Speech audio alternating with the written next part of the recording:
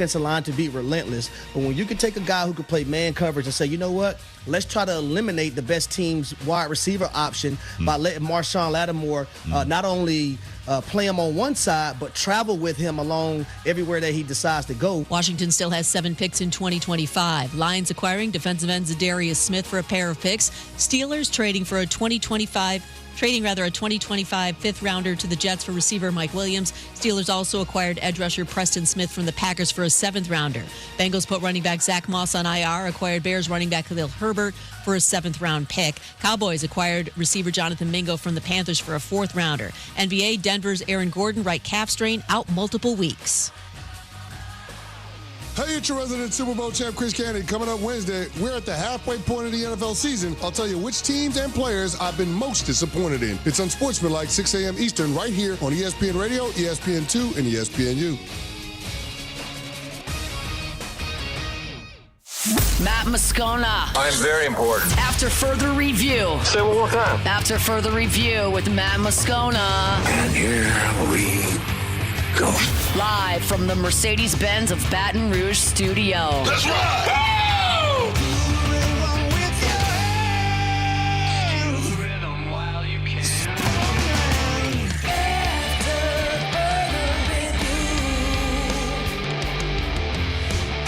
And off we go. Welcome aboard. Glad you're with us. AFR, powered by Sunshine, your hometown John Deere dealer in Louisiana. I'm Matt. This is Shaq O'Neal, and I hate Matt. Paul O'Neal. They're chanting Paul O'Neal's name. You sir. And Mr. Toby Tomplay.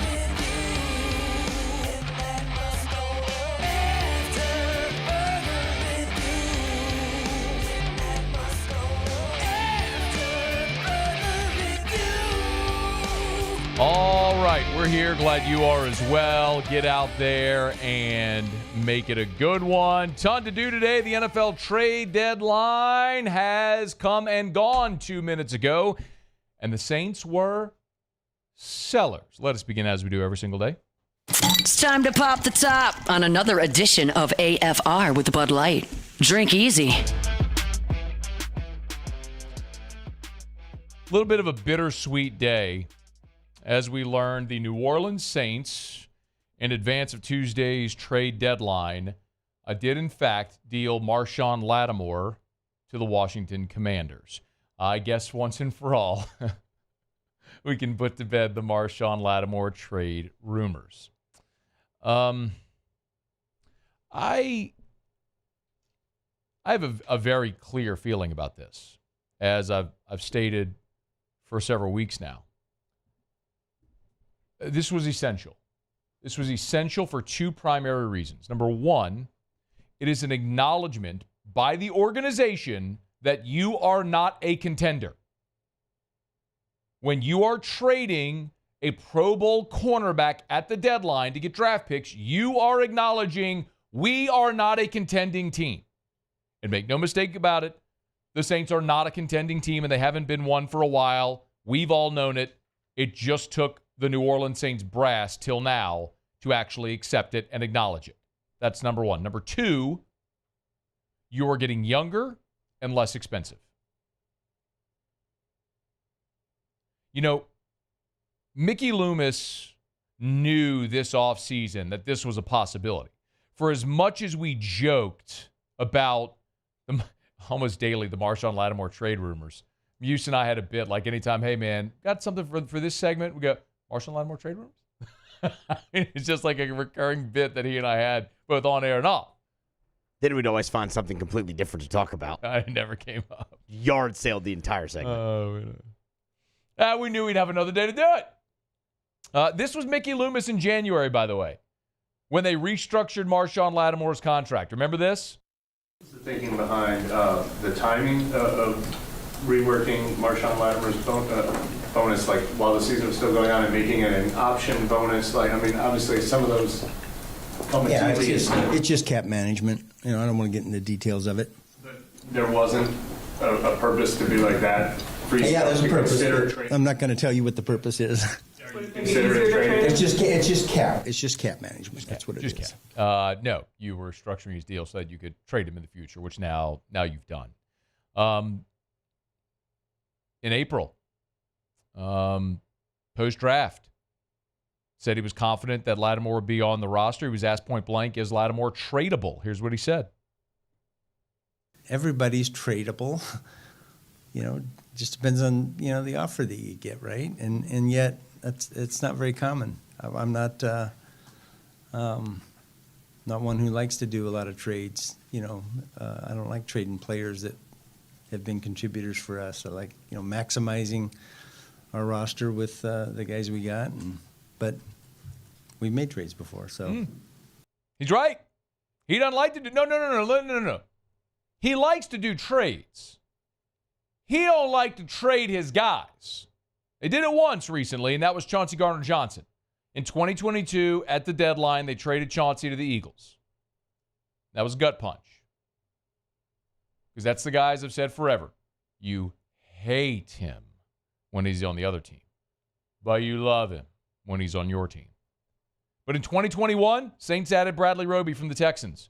2020, Saints added Quan Alexander from the Niners. 2019, Saints added Kiko Alonso from Miami. 2018, Saints added Eli Apple from the Giants. We can go on. Oh, Mickey likes to do trades. He just wants to acquire players. He doesn't want to trade his players for assets because, as we said, that is an acknowledgement that you are not a contender. The Saints have largely been buyers and not sellers. This was an acknowledgement you are not a contender. You and I have talked about it forever. We knew this. But when you're trading a 4-time Pro Bowl cornerback, a premier position, a former first-round pick, when you're trading him, that is an acknowledgement you're not winning with him. You're not winning with anybody at this point. That's one. Number two, as I mentioned, cheaper and younger. Marshon Lattimore, in trading him, this helps your cap for next year. Lattimore's $16 million base salary and his $2 million bonus come off the books for 2025. So just like that, in trading Marshon Lattimore, you just gave yourself tremendous cap relief. Now you're still $50 million over the cap. We'll look at whenever all the terms of this and everything are done, we'll look at how it all lands. But you just purged a $16 million base and a $2 million bonus off your books. And you know what you didn't have to do? You didn't have to do your cockamamie restructure scheme, getting Kai Harley over there to sit there and rework the deal to kick the can down the road. To when Lattimore's a 32-year-old corner, not even on your team, and you still got dead money on the books. You saved yourself money and you got assets. So now, instead of paying Marshon Lattimore to be on a team that ain't winning nothing, you got 3 draft picks. Really, it's a net of 2 because the way the deal worked out is the Saints send Lattimore and a 5 to Washington in exchange for a 3, a 4, and a 5. So you got 3 picks, but you sent Lattimore and a pick. So the 5th rounder was basically a pick swap. These are all 2025 picks of this coming draft. So essentially, it was a pick swap in round 5, and you got their 3 and 4 and sent them Lattimore. So you got what will be the lesser of the 5s, because if Washington keeps winning, their pick is going to be at the end of all these rounds. Now, that's one of the negatives of this deal. Yeah, you got a 3, but it's going to be at the end of round 3. Yeah, you got a 4, but it's going to be at the end of round 4. And remember, the 5 you sent to them is going to be at the beginning of round 5. And you took their 5 instead. So really what you gained, you netted 2 picks. But really the value here is the late 3rd rounder. Because their late 4 is the equivalent to your early 5. And then you got their late 5. So effectively, as you look at it, that's kind of the deal you did. You get the late 3 and the late 5. As a net is probably a good way to say it. But you will now have inexpensive rookie contracts on your books instead of Marshon Lattimore's very expensive contract on the books, and you don't have to rework a deal. Listen, firing Dennis Allen and trading Marshon Lattimore. These are not guarantees that you will be a contender. Firing Dennis Allen and assuring that you're going to get new leadership, trading Marshon Lattimore to Washington, getting a couple of picks, those are not guarantees that you're going to be great again. But retaining Dennis Allen and paying and overpaying an aging roster are certainly guarantees you were not going to be a contender again.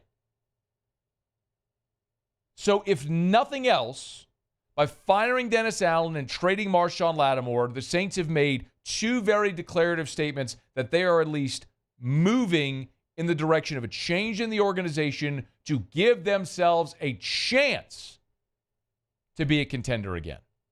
Now, who you hire matters. What you do with these picks matters. If you go get a whole lot of Stanley, Jean-Baptiste, Trevor Penning, yeah, it ain't going to go great for you. But if you find Trey Hendrickson in round 3 or Alvin Kamara in round 3, if you get Marcus Williams in round 2, now you're looking at a team that's got young starting caliber players. You got to go hit in the draft. You got to hire a good coach. But the type of conversation we're having today is dramatically different than what we were having on Friday. You at least have given yourself a shot to move in the right direction. And until you fired Dennis Allen and had an acknowledgement from your organization that what you were doing wasn't working, you had no shot of ever being good again. The other part of this, of course, is Marshon Lattimore's legacy, and that needs to be discussed, and we'll have plenty of time to do it. But he was part of arguably the greatest Saints draft class ever. There's really two. It's the class from 1981 with Ricky Jackson in it, and then this one from 2017 are the two greatest draft classes in Saints history. Lattimore was the first pick of that class. Ramczyk came along, Marcus Williams, Trey Hendrickson, Alvin Kamara, an incredible class. And it was a class that helped push the Saints back into contention there in 17, 18, 19, 20. And now that window's closed. And the only player left from that draft class is Alvin Kamara. And quite honestly, if Kamara was a little more selfish and went to actually go chase a winner, he wouldn't have signed the deal he did a couple of weeks ago. And the Saints would have traded him today as well. But now you have an expensive veteran player in Alvin Kamara, who's the lone remainder of that landmark class of 2017. A class that won a lot of games, made the playoffs, but never won the last game. And that'll be part of their legacy. But the 2017 Defensive Rookie of the Year, a 4-time Pro Bowler, 7+ seasons with the Saints. He will be a Saints Hall of Famer one day. That is absolutely deserved, and that day will come for Marshon Lattimore. But in the meantime, here's hoping better days come for Marshon Lattimore in Washington. Maybe he can get there with Jaden Daniels, go win himself a championship, get himself a ring. All right, it's After Further Review. Our show open every day is brought to you by Bud Light. Drink easy with the great taste of Bud Light, the official beer of the New Orleans Saints, the official beer of the LSU Tigers, the official beer of AFR. Make sure if you're going to be tailgating, home gating, game watching, wherever you are at the sports bar, make sure you got plenty of ice-cold Bud Light, the official beer of the New Orleans Saints. Drink easy with Bud Light. All right, Shea Dixon, a little recruiting chatter with LSU hosting Alabama Saturday in Death Valley. We'll talk about it next with Shea Dixon on AFR. AFR. Yo, give my friends over at Duplessis Builders a shout. If you're thinking of building that pool, maybe you've been dreaming about an outdoor kitchen. Maybe every time you go to your friend's house, your brother-in-law's house, whatever it may be, and they got that gorgeous outdoor kitchen where you go watch football, you think, man, I'd love to have this at my house. You can, and Duplessis Builders can make it happen. Derek Duplessis, man, they do beautiful work. You can go see their showroom on Airline Highway in Gonzales. The cross street is Duplessis Lane. Great synergy and serendipity in life. Airline Highway and Duplessis Lane, right next to the brand new Rouse's. That's where you'll find the Duplessis showroom. You can walk in there, and they'll help you hold your hand through the whole design process for your pool, for your spa, for your outdoor kitchen, that whole area to beautify and make your backyard paradise. It's premium quality work. They take their time to do it right, and that's why they offer a 10-year workmanship guarantee when the industry standard is 1 year. It's Duplessis Builders. Check them out online, duplessisbuilders.net, duplessisbuilders.net. Bayou Chrysler Dodge Jeep Ram can get you in a new 2024 Ram 1500 truck for only $32,898. $32,898 for a new Ram 1500 truck. All new Bayou Automotive vehicles come with a complimentary 7-year powertrain warranty. The crew at Bayou Automotive is going to do right by you. At Atmos Energy, our smart choice solutions help customers save energy and emissions with rebates up to $500 off high-efficiency natural gas appliances, smart thermostats, and weatherization upgrades. Together, we're fueling our energy future.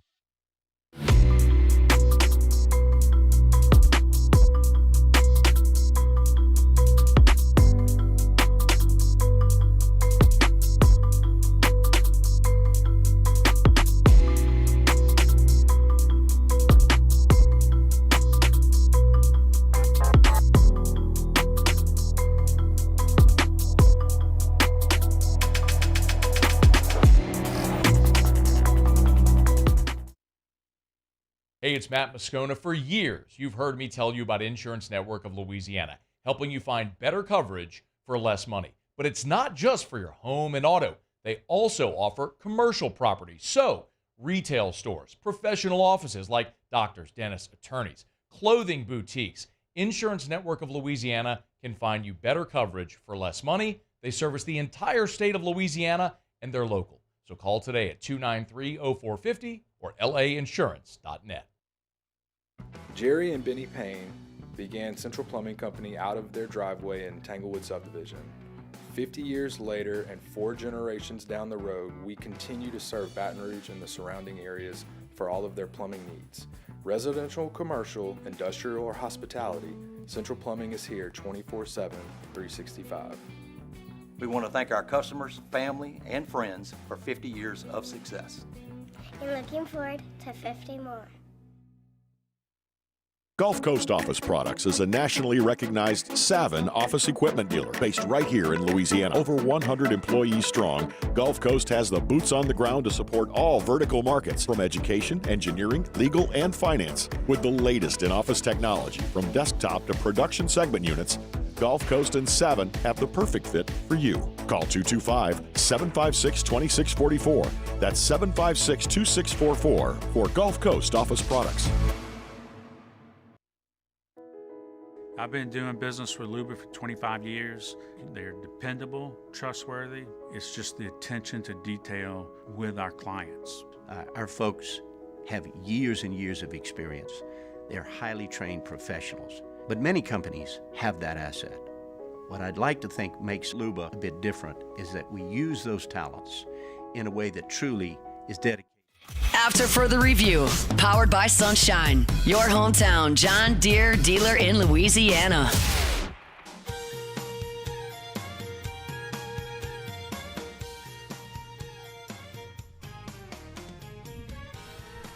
LSU-Alabama Saturday night in Death Valley. You better believe the biggest game of the year is going to bring out all the biggest names on the recruiting trail. Shea Dixon on 3, the Bengal Tiger, good enough to join us as he does every Tuesday. Shady, how are you, man? I'm doing well. How are you, Matt? I'm doing great. Okay, let's start with the biggest fish in the sea, and that's Bryce Underwood. We talked about it a bit last week and all the push that Michigan is giving right now for Bryce Underwood. He'll be in Baton Rouge this weekend for LSU-Bama. Get us up to speed on the absolute latest and what the deal will be this weekend for Bryce. Yeah, Bryce, once again, and we heard and saw reports of all the uptick in Michigan's push and an increase in NIL money being poured in by boosters to the athletic program there, their collective, and that they were going to make a big run at Bryce. But this past Friday night, LSU used their one visit to be able to go watch him, and Joe Sloan was on the sidelines to see him in his first playoff game of his senior season, which he's been to the state title game 3 straight seasons from freshman to now, and won 2 of them, did not win a year ago, so obviously looking to go out on top as the senior. And then the following day, Michigan hosts Oregon. Oregon's ranked number 1. It's sold out. It's in Ann Arbor, and 30 minutes away, and Bryce didn't make the trip over.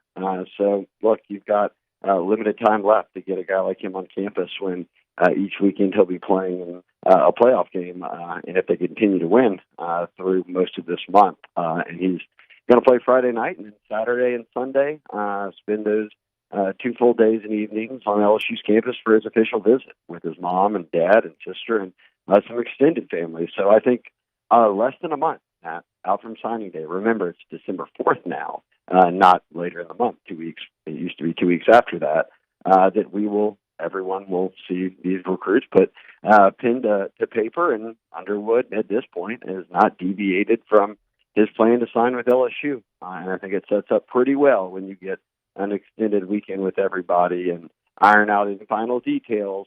And then he's got, 3 or 4 weeks left of school. He's playing football during that time. Then you sign, and by then it's December, and he enrolls in college in January. So I think we're going to kind of blink, and barring any major shakeup, LSU's expected to sign the number 1 player in America. I think at this point it would be a surprise if Michigan were able to make up enough ground. But if they do make the Godfather offer, it might be hard to turn from. Shea, just one quick follow-up. Just play the hypothetical with me. If Bryce Underwood did flip to Michigan, would LSU sign a quarterback in this class?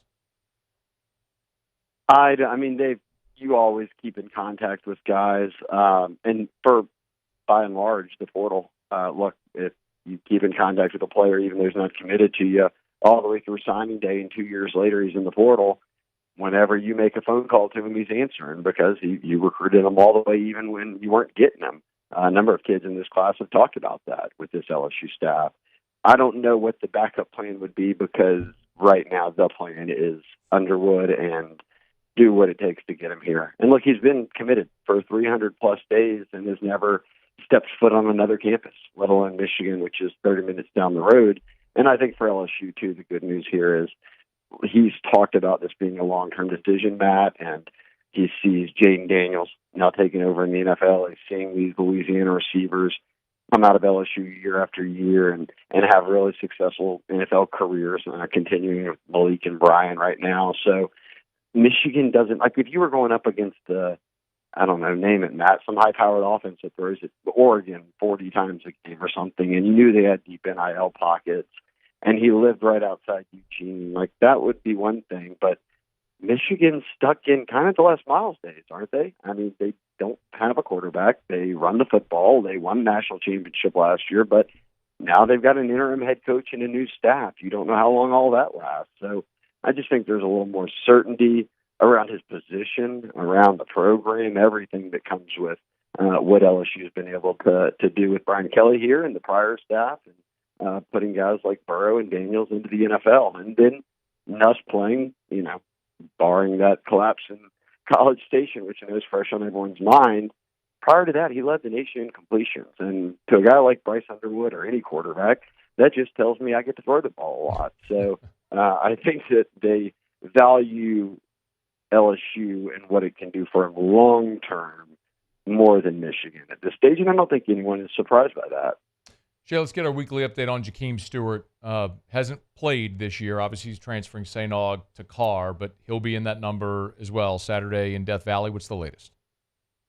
Yeah, our weekly update now is here we are. It's LSU time. So 2 visits are down, 2 to go. Oregon and Ohio State are the 2 he's taken. LSU this weekend, Southern Cal at USC the following weekend. We talked about this on my podcast today, Billy and I, on the Bengal Tiger. And he came out and told Chad Simmons of On3 this week that heading into the LSU visit, he's got a top 2. Well, I say, he's taken 2 visits to Oregon and Ohio State, spoken highly of them both. I could guess what maybe he's saying is his top 2 at the moment. And Billy's sticking with, hey, I think LSU still is in that group quietly. Jakeem won't name it, but I have to take a step back, too, and remember my picks on LSU, in large part because I think that not just Bo Davis and, LSU, but Frank Wilson has kind of dug his heels in here and has put a lot of work into this one. And him ending up from Aug to Carr is not a major surprise when you hear Frank Wilson is someone who's heavily involved in his recruitment. So I still think that whatever, and look, this is a reclassify, Matt. He went from I've got a year and a few months to sign to I sign on December 4th. So everything is sort of happening in a hurry. So this weekend is massive in terms of not just the game, obviously, but in his recruitment. sitting down, talking over everything that comes with being a recruit, and doing so in a way that he's never done at LSU before because he hasn't visited since he reclassified a couple of months ago. Not in a extended capacity. He came for a game. So I think this will be the first time they can all sit face to face and say, lay it out. This is what we've got. This is kind of the outlook, and this is why you should stay home. And this was kind of the goal from the start. Everyone knew that a chance at reclassification, and if it happened, LSU had to be set up well to move quickly, and I think so far they have. Shea, one quick follow-up. So if you think LSU is one of the top two, who do you think is the other? Is it Ohio State? I think it is. Okay. I think that, look, and I'll briefly say that I think Ohio State and LSU have two well-known D-line coaches who have coached a long time and put out a lot of guys into the league. And then I think that a kid from reserve, this is a battle Oregon fights. Oregon's got NIL money. Oregon's got Lanning as a head coach and a staff of recruiters, and they've got a great class, but they have to battle this of kids leaving home and going all the way out to not just the West Coast, but the Pacific Northwest. And you can have Nike and all of that, but you're still overcoming hurdles. And that's tough for them. And I think that ultimately Ohio State is, even on a flight, is quicker and maybe feels a little bit more like I'm closer to home. So I would pick those two. And I think Ohio State's done well to recruit. He has real interest there. The reason I was asking, Jay, if SC was in that mix, there's just a lot of smoke around Lincoln Riley and if he's going to be back. And I wonder, could that maybe impact this decision if SC were one of the teams that were right there, depending on how that season finishes. But I guess cross that bridge when it comes. Shea Dixon on 3, the Bengal Tiger. He's on Twitter at Shea Dixon. Make sure you get him. LSU-Bama, massive recruiting list. 2 other 5-stars, DJ Pickett and Harlan Berry, currently committed for 25, will both be on campus. Shea, anything there? I know you've told us a little bit about Pickett. There's some people a little uneasy because he keeps popping up at Miami games. He's from down there, and I think he said his cousin plays there. But anything up to date with Harlan Berry and DJ Pickett coming in this weekend? Yeah, Harlan's about as locked in as a 5-star can get. We so easily gloss over that he's the highest-ranked prospect to come out of New Orleans at running back, or this state at running back since Fournette. And he's coming out of New Orleans 10 years later, 10 classes later, I should say, and playing at St. Martin's and continues to just tear it apart. I mean, he is your ultimate. We've talked comps, but we can see anyone from Jamal Charles to the Reggie Bush to the late Joe McKnight. I mean, he's that kind of player. He's electric with the ball in his hands. He catches it so well out of the backfield. So he's a guy that's going to play a good bit next year. I have full faith in that. We see that Frank will play freshman running backs, not just with Durham, but across his time at LSU. So he's locked in. And yes, Pickett he's in Florida. Miami wants him badly, but they wanted him badly the first time, as did Oregon. And he's stuck kind of with his gut, saying, hey, look, I want to go to LSU and be developed by Corey Raymond and go on to be a first-round pick. And I think there's no doubt that he could come in here and compete to start immediately next year, or at least play a time. So I think he's in a good spot. And yes, look, his cousin he was a top 100 player last, very good player, signed with Miami. So they go down there and watch him. He plays on special teams. He gets in on some games. So it's kind of a family thing for him. But the younger brother, Cannon Pickett, he's for next year, no lineman, did an interview with us this past week. He's got an LSU offer, but will probably end up at Miami with his brother. And he said, hey, look, on these trips, DJ's in my ear about going to LSU. But ultimately joked and said he knows that I'd be in a good spot down at Miami with my brother. So I think that for all intents and purposes, the number one player in Florida, Corey Raymond's done a pretty good job coming off that Florida staff over to LSU and turning right back around and going to a state that he knows pretty well how to get guys from and kept the number one corner locked in. Shea, future prospects that'll be on campus, the 2026 guys as well that'll be on campus for the Bama game? Yeah, look, they get guys like Blaine Bradford in them in Austin. He's a 5-star number 1 safety for next year. Lamar Brown, though, recently dropped, probably an offer list of well over 50 schools, down to 6, which is notable. So he'll focus on that moving forward over the next, I guess, month of U High season and then into the off season. But LSU's on it.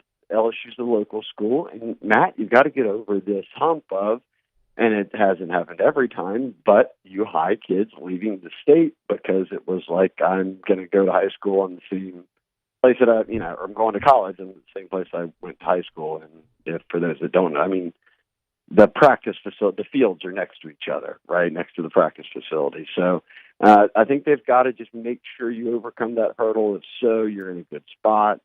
You've got Keelan obviously committed for this year, and then follow up Lamar would be the hope next year. But he remains up there as a 5-star and will be in town this weekend. I think he was at the A&M game as well. So he has seen LSU play a number of times, home and away. Shea, last thing for you, man.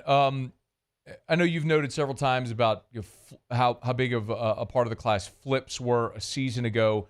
What about guys currently committed to LSU that could be looking around elsewhere? Notably, I know there's got a lot of attention that Derek Meadows, the big receiver, made a trip to Michigan recently.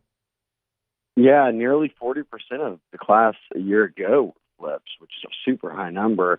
I think four guys have flipped this year, and they were some big ones. They flipped some Texas commits, and most recently Jacob Bradford from Houston. But I think right now, if you're looking at it, it's two guys on offense. It's Derek Meadows, and then it's Mike Tyler at tight end. And Meadows is a receiver. To sum it up, he's from Michigan. He moved to Vegas to play at Bishop Gorman, but had visited Notre Dame a ton, almost 10 times. Everyone thought he was going to Notre Dame. And then he said, let me take a look at LSU and Bama. And then he said, hey, I want to play in the SEC, and committed to LSU. He hasn't been back since he committed. Now he was at Michigan this past weekend, so that's his home state.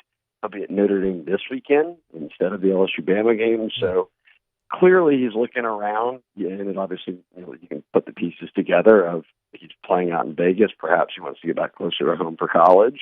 And Notre Dame was a school that most felt he was going to end up at, but we'll see how it plays out. And Tyler is the guy, they've got David LaFleur's son, committed a 4-star tight end out of Sulphur. But then they went and found Mike Tyler out of South Carolina.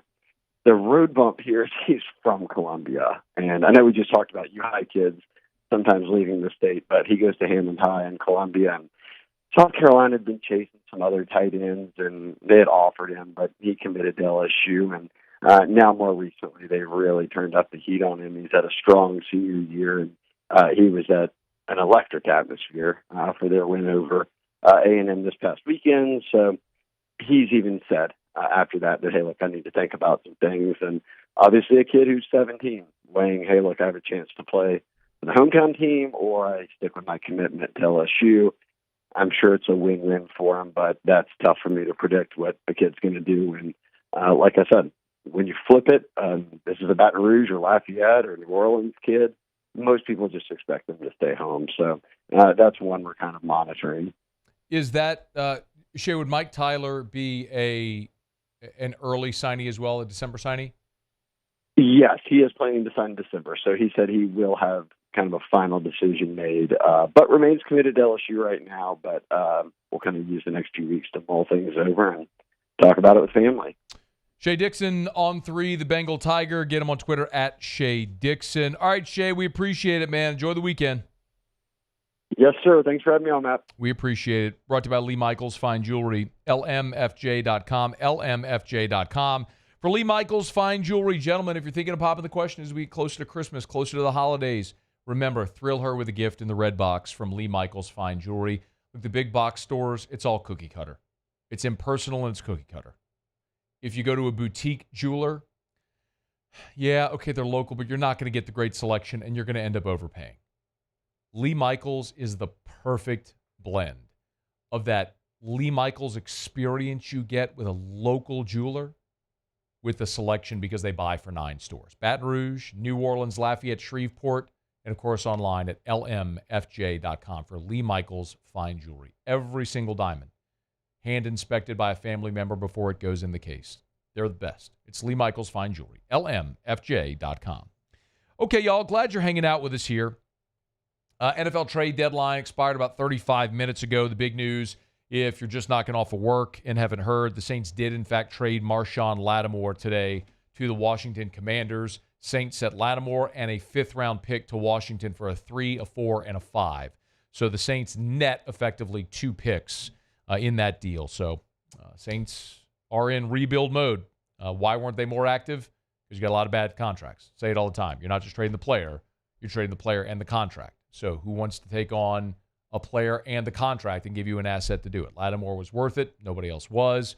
But it's a step in the right direction for the Saints. Okay, quick break. We'll go around the SEC next. It's AFR.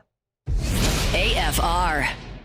Brought to you by Action Industries, proud partner of LSU Athletics. ActionIndinc.com. ActionIndinc.com for Action Industries Incorporated. Of course, 2 locations over at Action Industries, Belrose and on LA 30 in Geismar.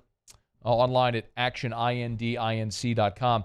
Hey, remember, while it's turnaround season over at Action, they also perform and provide fabrication shop services. So if you're a plant, you need those fab shop services: pipe, structural steel, pressure vessels. Not everybody does pressure vessels too. I saw them do it. I saw them manufacturing one of those the last time I went over to the office in Belrose. It is the size and scale of the operation. It's amazing to see. I mean, y'all know that if you know what I'm talking about. By the way, in their pipe fabrication, they fabricate in separate shops, alloy and carbon steel. The 2 sections are segregated. They're ASME certified vessel manufacturer. They have all 3 stamps. It's Action Industries, proud partner of LSU Athletics. There it is, the extra mile, on the border of expected and extraordinary for those willing to go further, like vans customized for work or play, with safety and tech to keep you connected. Supported by a 5-star sales, service, and finance team, and backed by the 1-star you know. So go the extra mile. It's never crowded, because so few have what it takes to go there. Mercedes-Benz Vans. The Windsor Senior Living Community in Mandeville, Louisiana is a beautiful, vibrant apartment community geared towards seniors. They are nestled right in the heart of Mandeville, where seniors live a more carefree lifestyle in spacious apartments with the peace of mind that comes from having a little extra help. Call the Windsor at 985-624-8040 to schedule a lunch and tour. Come see how the Windsor can be your passport to peace of mind. Electricity is all around us, and our families depend on it. Every day is sparked by the power of a cold drink or a warm meal, a movie night, and a comforting light at the end of a dark hallway. From sunrise to sunset, playtime to bedtime, our team is ready to take care of your electrical needs. Even in the case of an after-hours emergency, the light in your life shines brighter with Mr. Electric. Hey, it's Matt Moscona. For years, you've heard me tell you about Insurance Network of Louisiana, helping you find better coverage for less money. But it's not just for your home and auto. They also offer commercial properties. So, retail stores, professional offices like doctors, dentists, attorneys, clothing boutiques. Insurance Network of Louisiana can find you better coverage for less money. They service the entire state of Louisiana, and they're local. So call today at 293-0450 or lainsurance.net. Jerry and Benny Payne began Central Plumbing Company out of their driveway in Tanglewood Subdivision. 50 years later and 4 generations down the road, we continue to serve Baton Rouge and the surrounding areas for all of their plumbing needs. Residential, commercial, industrial, or hospitality, Central Plumbing is here 24/7, 365. We want to thank our customers, family, and friends for 50 years of success. And looking forward to 50 more. Gulf Coast Office Products is a nationally recognized Savin office equipment dealer based right here in Louisiana. Over 100 employees strong, Gulf Coast has the boots on the ground to support all vertical markets, from education, engineering, legal, and finance. With the latest in office technology, from desktop to production segment units, Gulf Coast and Savin have the perfect fit for you. Call 225-756-2644. That's After further review, powered by Sunshine, your hometown John Deere dealer in Louisiana. Plowing these fields in the hot summer sun, over by the gate, Lordy, here she comes. So, did you hear what happened to Dabo Swinney today? No, I did not actually hear what happened to Dabo Swinney today. So today, of course, is Election Day. Yes. So Dabo went to go vote, and they locked him out. So his name is William. Yeah. And he has a son, Will. Sweeney.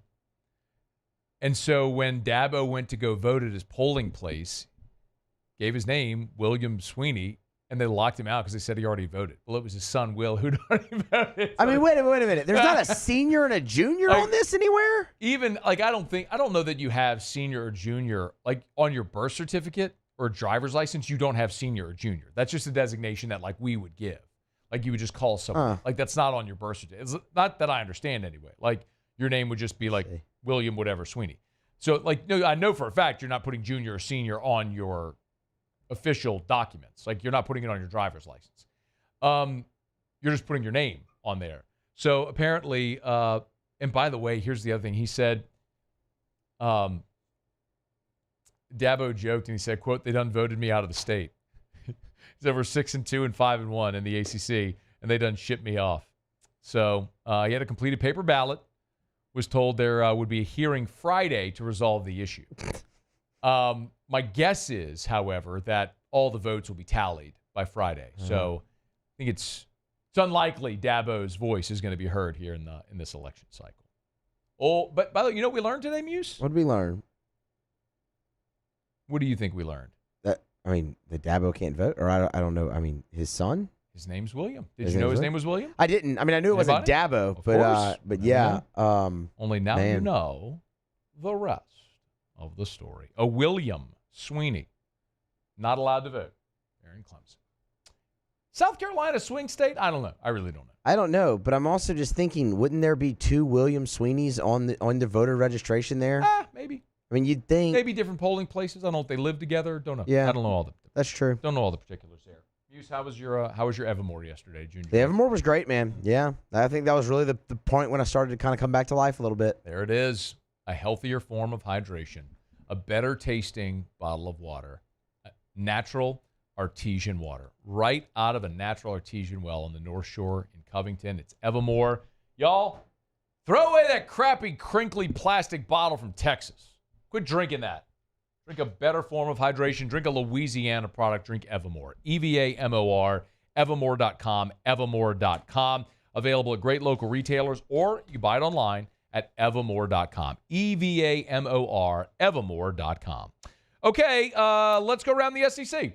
Around the SEC, bringing you the biggest news from the nation's best conference, the Florida Gators.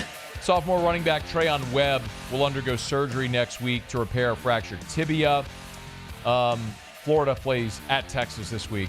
Good luck. Sophomore out of Jacksonville missed the last 4 games after appearing in the first 4 games. It does clear him to redshirt this season.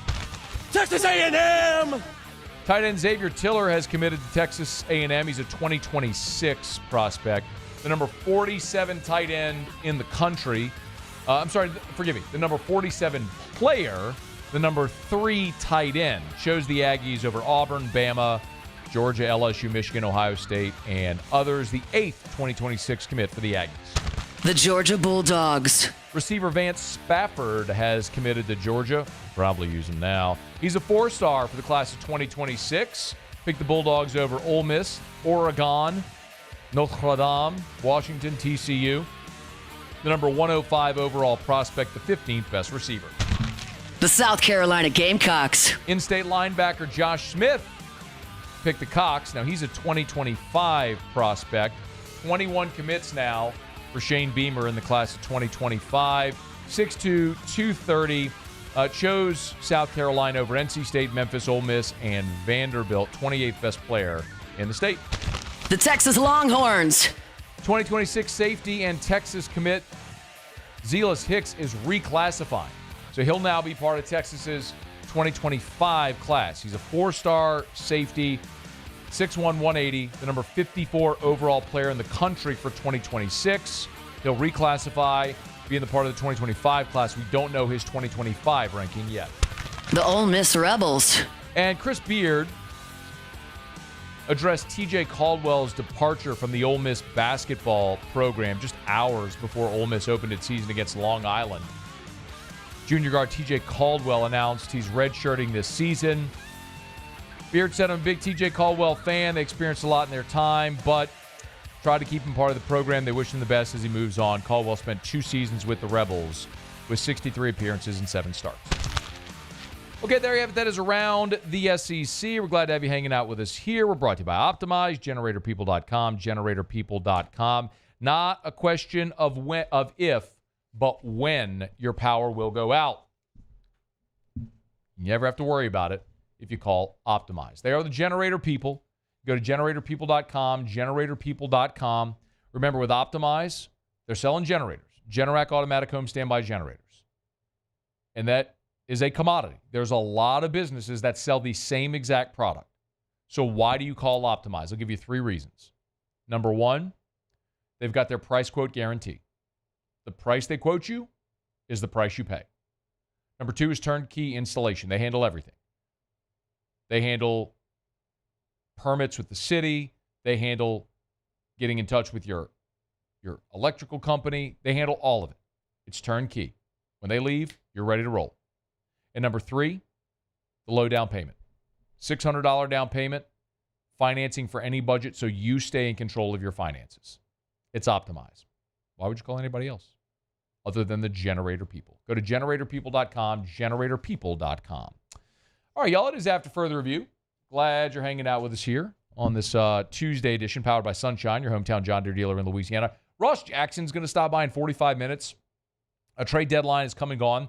So a big part of the Saints trading Lattimore, naturally, is the financial implications. The Saints purged $16 million in salary, $2 million in bonus off of the books for 2025. What does it start to look like for New Orleans as they start to piece together next year's draft and cap? Because make no mistake, at this point, they will play out the string in this season, but the focus is on development of this roster, the young players, and looking to the future. So we'll get Ross Jackson here in about 45 minutes from right now, and Sean Salisbury in hour 3. Glad you're hanging out. Stick around. It's AFR. AFR. Brought to you by Darren James and Associates, brokered by LPT Realty. Every home listed by every company, all in one place. Agent225.com. Agent225.com. You know, LPT Realty stands for Listing Power Tools.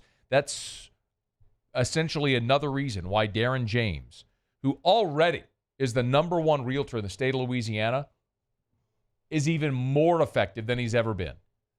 When you couple Darren James, his systems, his processes, his people, with the resources of LPT Realty, which has grown in about a year to a scale that other top real estate companies took 8-10 years to reach. The reason is because of the resources they give their agents. You need to sell your home. You need to sell it fast and for the most money possible. Why would you call anyone other than the realtor that sells more homes than anyone? That's Darren James. 335-7666 or agent225.com. Think real estate, think Darren James.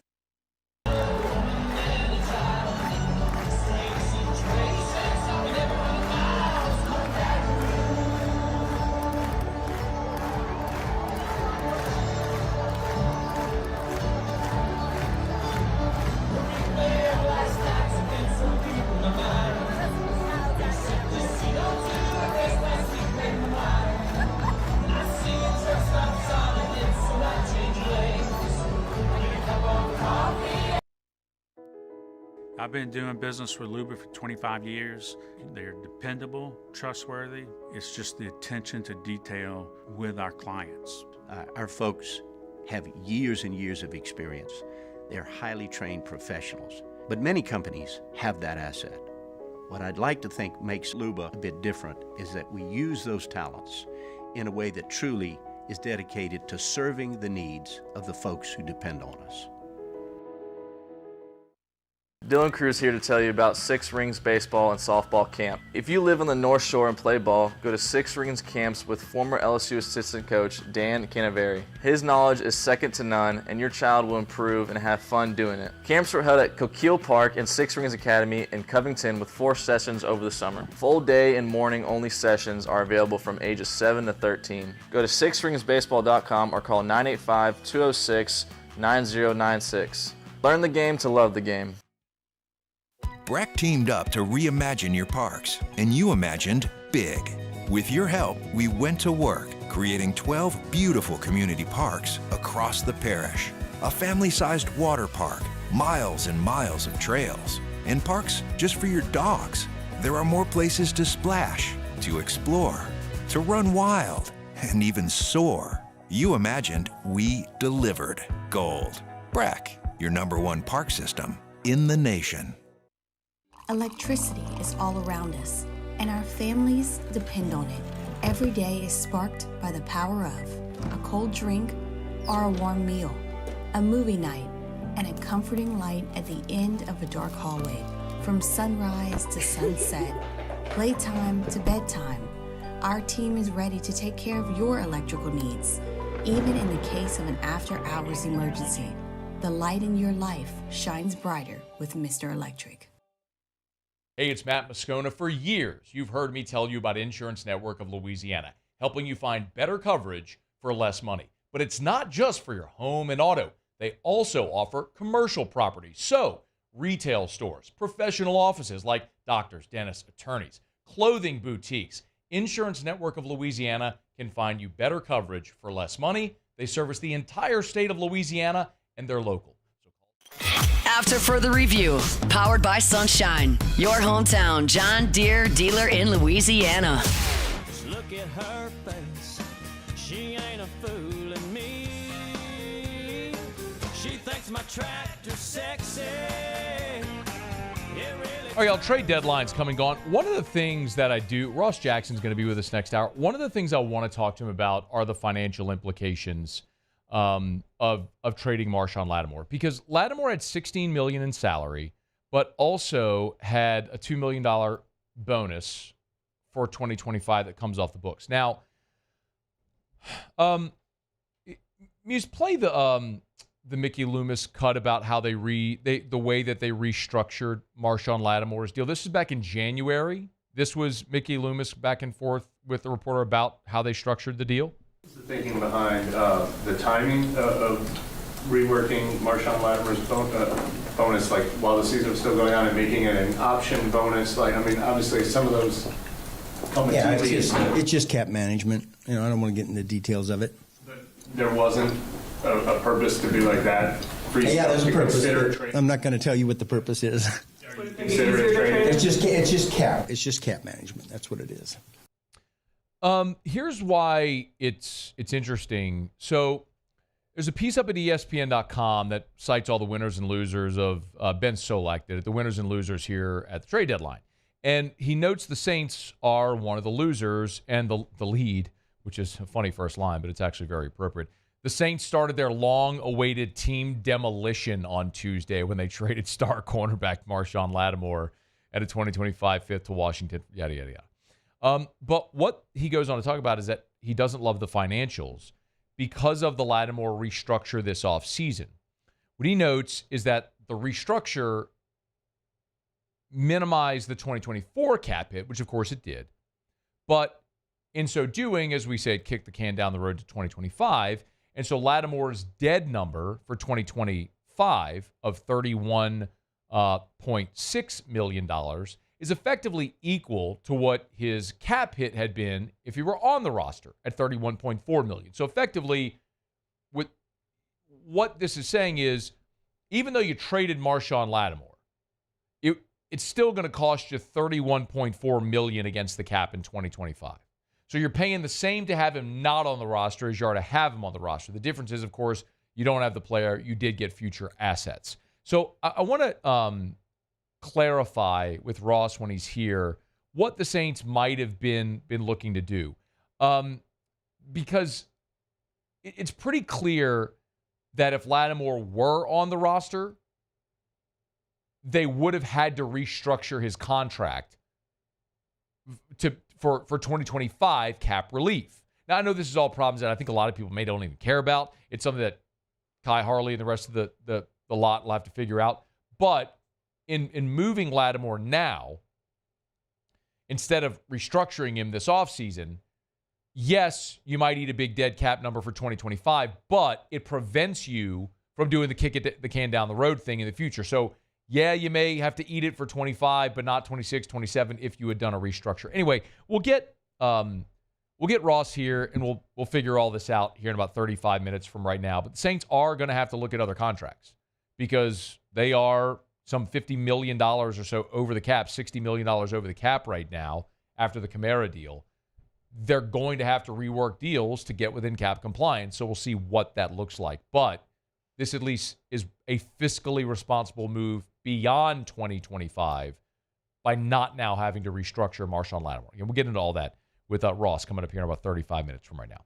Okay, it's After Further Review. We're glad you're with us. Our Tuesday shows are powered by Sunshine, your hometown John Deere dealer in Louisiana, sunnyquip.com, sunnyquip.com. Let me knock on a break, come back. We'll get an update on Raphael or Raphael. Do we say Raphael or Raphael for the storm? I don't know. We'll do that next, Safer. AFR. If you're in the market for a new vehicle, y'all go check out our friends over at South Point Volkswagen. They are Louisiana's largest volume Volkswagen dealer. Airline just north of Highland and southpointvw.com, southpointvw.com for South Point Volkswagen. Never thought about a Volkswagen? Yeah. I hadn't either. Until about 15 years ago when I started endorsing South Point. They wanted me to endorse them, and I said, well, I've never driven a Volkswagen, so I went over to the dealership, and I drove every single model they had, and I fell in love. And since then, that's all Erica and I drive. She currently has an Atlas, I have a Cross Sport, and I've driven everything. I'm telling you, just put Volkswagen on your list. They got the largest selection, and by the way, Sign Then Drive is back. It's the best special they offer annually, and it's back right now. 0 down, 0 due at signing, no first month's payment, no security deposit. Sign your name and drive off in a brand new Volkswagen from South Point Volkswagen.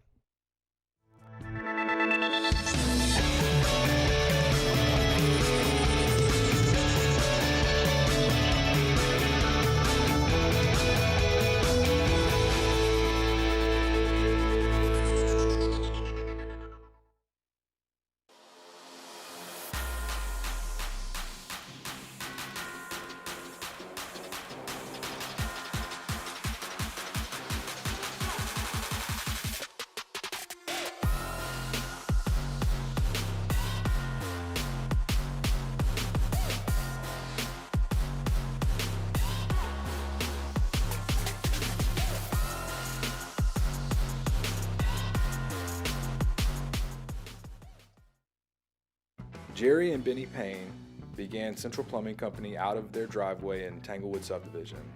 50 years later and 4 generations down the road, we continue to serve Baton Rouge and the surrounding areas for all of their plumbing needs. Residential, commercial, industrial, or hospitality, Central Plumbing is here 24/7, 365. We want to thank our customers, family, and friends for 50 years of success. And looking forward to 50 more. Gulf Coast Office Products is a nationally recognized Savin office equipment dealer based right here in Louisiana. Over 100 employees strong, Gulf Coast has the boots on the ground to support all vertical markets from education, engineering, legal, and finance. With the latest in office technology from desktop to production segment units, Gulf Coast and Savin have the perfect fit for you. Call 225-756-2644. That's 756-2644 for Gulf Coast Office Products.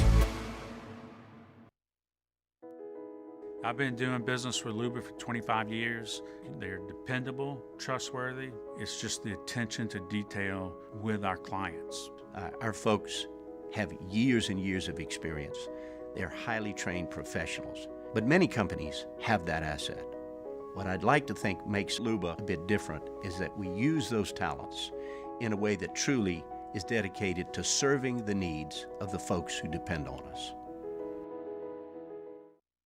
Dylan Cruz here to tell you about Six Rings Baseball and Softball Camp. If you live on the North Shore and play ball, go to Six Rings Camps with former LSU assistant coach Dan Canaveri. His knowledge is second to none, and your child will improve and have fun doing it. Camps were held at Coquille Park and Six Rings Academy in Covington with 4 sessions over the summer. Full day and morning only sessions are available from ages 7 to 13. Go to sixringsbaseball.com or call 985-206-9096. Learn the game to love the game.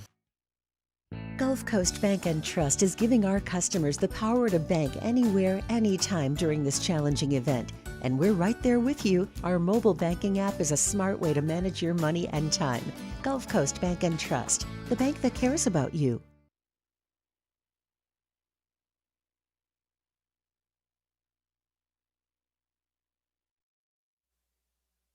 This This is SportsCenter. I'm Christine Lisi. Breaking news, 76ers star Joel Embiid suspended 3 games by the NBA for shoving a member of the media after Saturday's loss.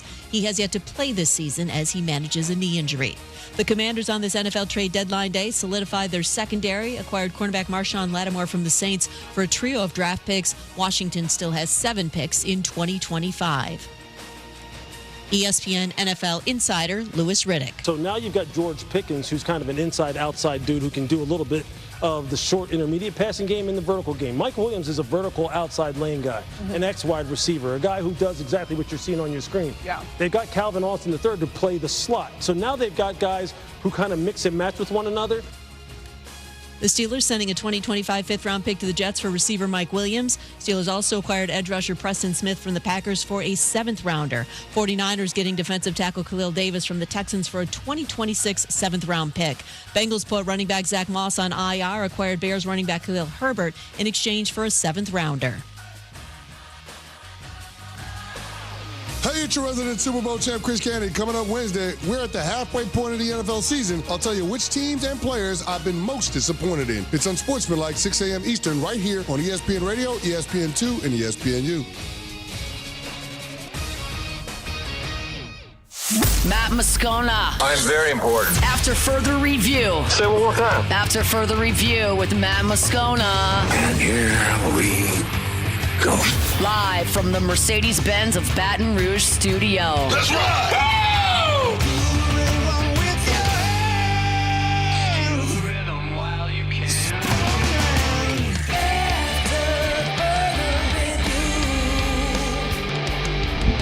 Hour 2 off we go. Welcome aboard. Glad you're with us. AFR powered by Sunshine, your hometown John Deere dealer in Louisiana. I'm Matt. You're a loser, man! Hey, shut up, kid. Paul O'Neill. They're chanting Paul O'Neill's name. Muso. And Mr. Toby Tomplin.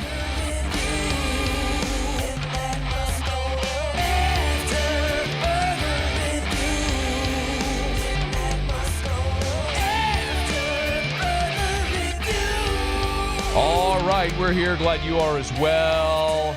Get out there and make it a good one. Ross Jackson, bottom of this hour. NFL trade deadline is come and gone. Sean Salisbury, 1 hour from right now. Glad you're hanging out. We are keeping an eye on the weekend weather. LSU hosts Alabama Saturday. You know that. There is the storm.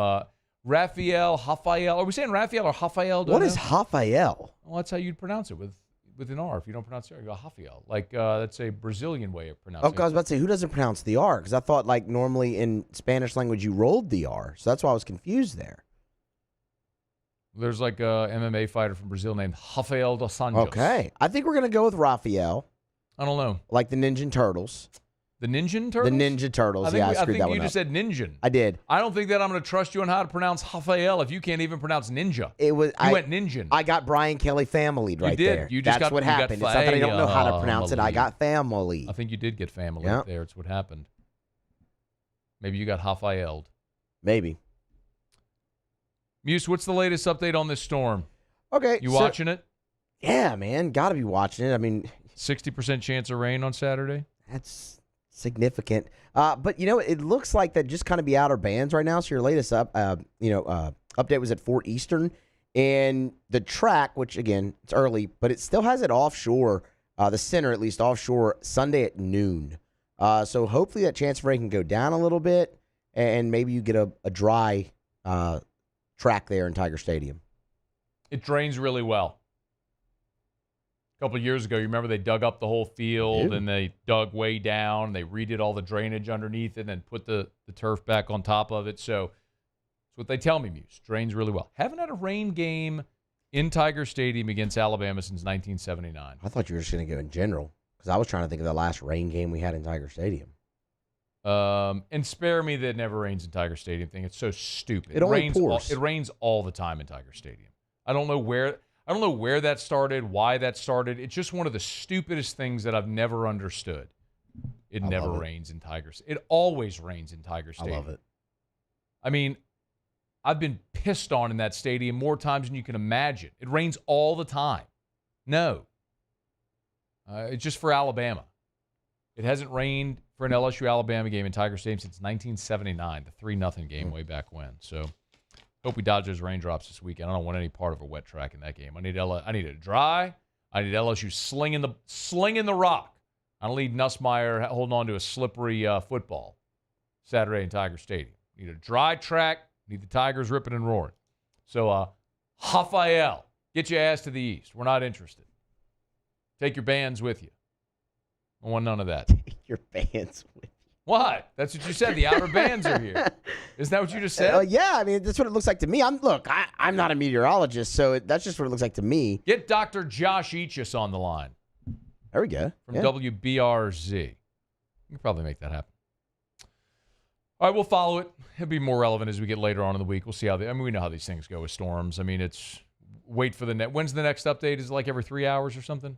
Yeah, it should be this evening. Yeah, whenever the next one comes 6 out. Central, I think. Oh, it took a jog to the east. And that's the other thing that does happen. Like, it's why we very seldom get a storm. I do know this much. The cooler weather tends to push everything the way that I don't know what you call it, but it pushes everything to the east with the cooler weather. I did see something today. This would be the first November landfall in Louisiana history. Yeah. If it happens. So, yeah, it's very rare. Very rare. Rare. Okay. They will play a game, whether Rafael is here or not. Let's get a pronunciation too, Muse. Are they saying Raphael or Rafael? By the way, just as a postscript, I'm saying Rafael no matter what. Okay. But you can give me a pronunciation. Yeah. We'll work on that. All right. When Brian Kelly met with reporters on Monday, I asked him for an update on West Weeks. If you haven't been following what's been going on with West Weeks throughout the year, of course, that's Witt's older brother who transferred in from Virginia. And he's only played in 3 games this year. He played in the opener against USC. He played against Nichols. He was injured, missed a couple of games, came back against South Alabama, but played just 4 snaps and tapped his helmet, took himself out. His foot injury wasn't ready to roll. So he's only played in 3 games. So West could still play in another game and still maintain his red shirt. The interesting thing, though, is he has been dressed. He was dressed against Texas A&M. He was dressed against Arkansas. So he's available and dressed and apparently healthy, but he's not playing. And I asked Brian Kelly for an update on what's going on there with West, and here's what he said. He's got games remaining. Our hope is, because he has another season of eligibility, that if we could save that season of eligibility, we would prefer to do that. We've had a conversation with the family and with West about doing that. We think he's an outstanding leader. We feel as though, as things move forward, to have a veteran presence coming back next season would be in everybody's best interest. But we've made it clear, if there's an injury and there's a need to win football games and win a championship, he's got to be ready. So it's kind of where we're at right now relative to West. Okay. I'm going to throw out an interesting scenario, what I think is an interesting scenario anyway. So West Weeks has played in 3 games. The maximum you can play and maintain your year of eligibility is 4. So West Weeks can still play in another game for you and maintain that year. Also, remember, the NCAA passed the rule whereby you can play in the bowl game and it doesn't count against your eligibility. Remember, this became an issue with all the opt-outs. Well, there were players. Here's an infamous example. It was LSU with Garrett Nussmeier in 2021 when they went and played in the Texas Bowl against Kansas State, and Jontre Kirkland ended up playing quarterback because Nuss had played in 4 games but wanted to maintain that redshirt year. How valuable does that look now? And so he didn't play in that game against K-State, so you played Jontre Kirkland at quarterback. It was absurd. And so what the NCAA said was, okay, for bowl games, you can play and it doesn't count against your eligibility. So, you following me here?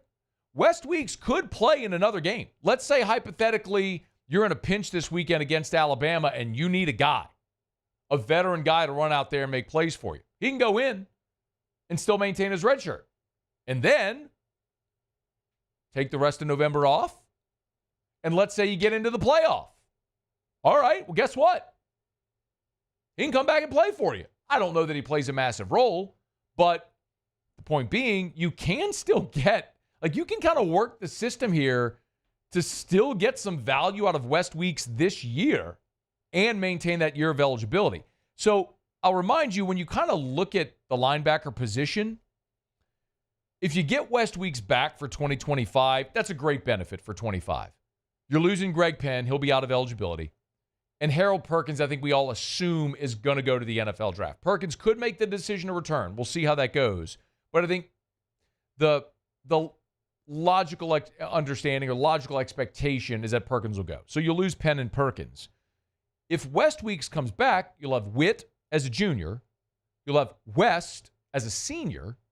And then you'll have Xavier Atkins and Devon Keys, who both played this year as freshmen, and both have already played their over the minimum. So Xavier Atkins has already played in 5 games.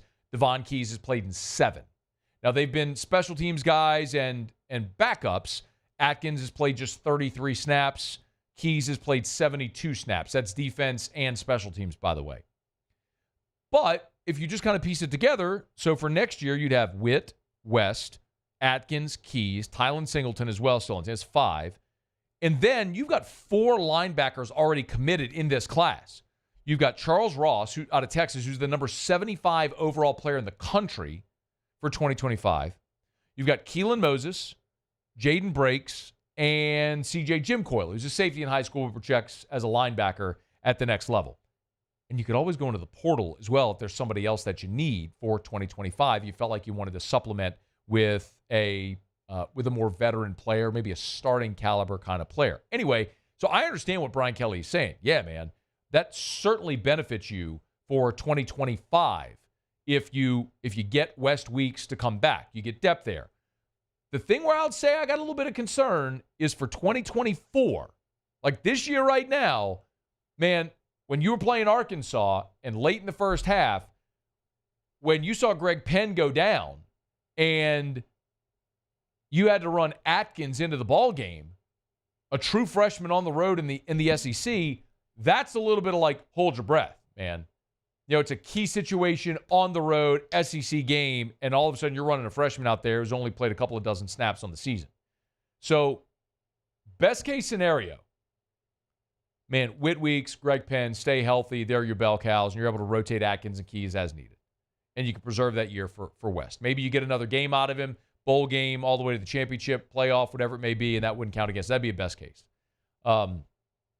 Worst case is you got some injuries, you need West to go play, and then you lose the year of eligibility. But even if you didn't have West, your numbers are still really good. It may just force or push more urgency on a linebacker in the portal for next year if you end up losing Greg Penn, Harold Perkins, and West Weeks. The only real experienced linebacker you'd have returning would be Witt, and then what little experience Atkins and Keys get this year. So best way to say it is best case scenario, you play really well. Maybe you use Witt for one more game because you can. Playoffs because it wouldn't count against him. That'd be awesome. And he could come back next year. If you did have to use him and lose him, you'd probably be more looking toward the portal to make sure you had someone with a little more veteran presence for 2025. So just an update there on West Weeks and why he's been dressed but not playing. There's the plan moving forward. All right, it's After Further Review. We're glad to have you with us here. Tuesday show is powered by Sunshine, your hometown John Deere dealer in Louisiana. Man, big shout out to all those sugarcane farmers. I know it is wet and sloppy right now, so God bless you, man. It's muddy and rough out there, but we appreciate y'all for being with us. I know so many of y'all, you're in the tractors, you're in the combines, and you got the radio on, you got your Bluetooth pipe through, and we appreciate y'all and everything that you do, of course. We appreciate our farmers, and we appreciate Sunshine, your hometown John Deere dealer in Louisiana. Go to sunnyquip.com, sunnyquip.com. Let me knock out a quick break, y'all. We'll come back. I will do my obligatory once-a-year statement on the college football playoff rankings as the first charade exercise will take place tonight with the stupid committee. We'll talk about that next, and I'll yell at them next. Stay far. After Further Review. Y'all, as we move toward the winter months, I get to remind you every year about River City's 1 Hour Air and the preseason heater safety check. This is so important to do. I do it every year, so I practice what I preach. I'm not telling you to do something I don't do. When Eric and I got married, we bought our first house, we joined the River Cities 1 Hour Air maintenance program. It is so worth doing. When you're part of that membership club, you get front-of-the-line service. You get membership club pricing on any service that you need, and it comes with complimentary seasonal maintenance. So the heater safety check and the AC tune-up I tell you about every year, those are free services when you're part of their maintenance program. So I highly recommend. That in and of itself pays for the maintenance program. So I highly recommend it. But even if you aren't, make sure you call River Cities 1 Hour Air. Have them come make sure your heater is safe and efficient to run this cold weather season. It's River Cities 1 Hour Air. 752-0001, where they're always on time or you don't pay a dime. There it is, the extra mile. On the border of expected and extraordinary for those willing to go further. Like vans customized for work or play. With safety and tech to keep you connected. Supported by a 5-star sales, service, and finance team. And backed by the 1-star you know. So go the extra mile. It's never crowded because so few have what it takes to go there. Mercedes-Benz Vans.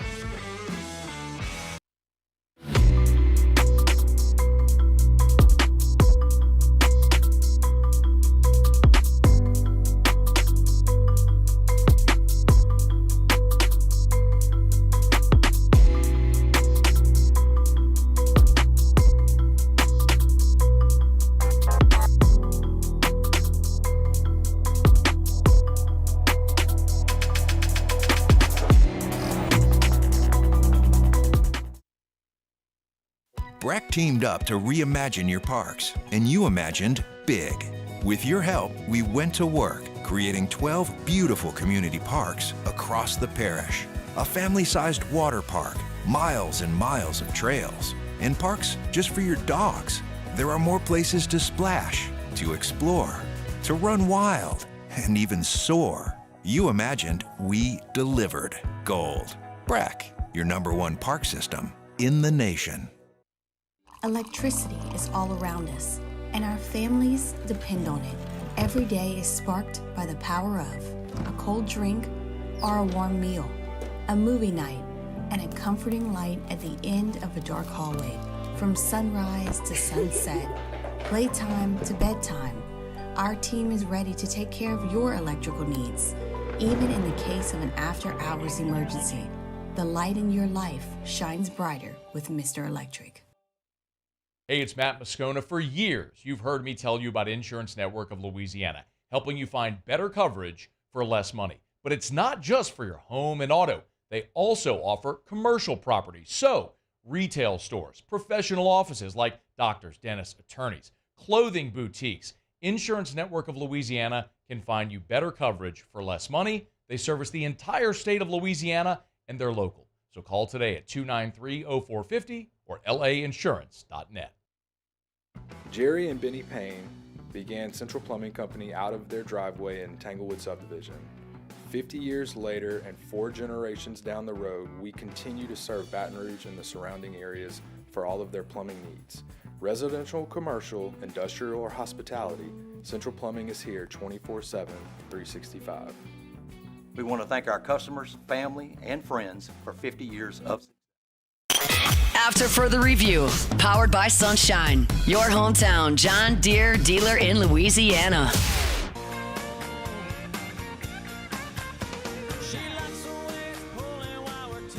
.1045 ESPN Baton Rouge and Citizens Bank and Trust are bringing you the ultimate holiday gift with our Home for the Holidays sweepstakes. Imagine 2025 with your rent or mortgage covered up to $18,000. We're here to make your holidays a whole lot brighter. Love that money. Just sign up at 1045ESPN.com and you could be living stress-free next year. The winner will be notified on December 20th.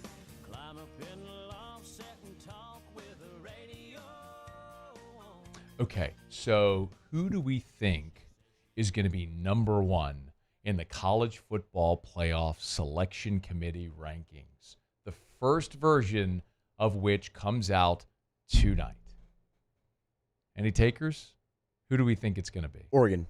I don't care what you think it's going to be. Who do you think is going to be number 2 after Oregon in the ranking? Georgia. I don't care what you think it's going to be.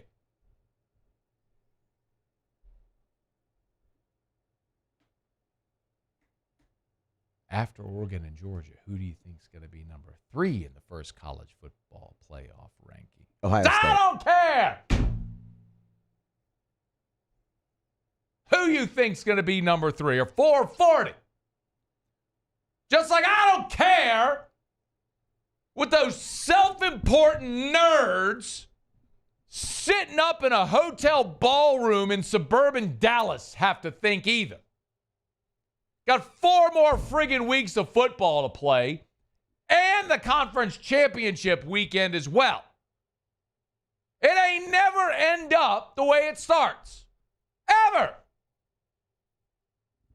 This is the dumbest exercise, the stupidest charade, and no matter how many years I sit in this chair and yell about this at the start of the rankings, every year there's still going to be some of y'all that message me on Twitter, that hit me up on my text line, you DM me, you email me, man, what in the world is the committee doing? No respectful, how can they do that? It don't matter. Florida State was undefeated last year. They left them out. Georgia was 12-0, lost the conference championship game. They left them out. What is going to happen tonight and every Tuesday subsequent is a TV show. That's it. It means nothing. There is no value to it whatsoever because the committee has shown you, no matter what they say over the course of the next 5 weeks, ultimately, when it comes down to sitting in that room and determining who is going to make the college football playoff, none of the things they talk about over the next 5 weeks matter a lick. So please, I'm begging you, don't ask me about it. Don't message me about it. Don't complain to me about it. Don't talk to me about it. Don't mention it to me ever.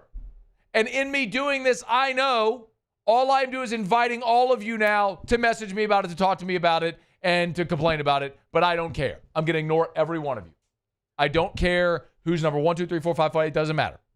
I don't care where LSU is in the standings. I don't care how many SEC teams are in there. I don't care what G5 team they have way too high. I don't care what undefeated team they have way too low. I don't care because none of this matters. They'll play 4 more weeks of football. They'll have the championship weekend. The top 4 conference champions are going to be the 1 through 4 seeds. And then the committee's going to do whatever the hell it wants for those 7 at-large spots. And none of it matters today.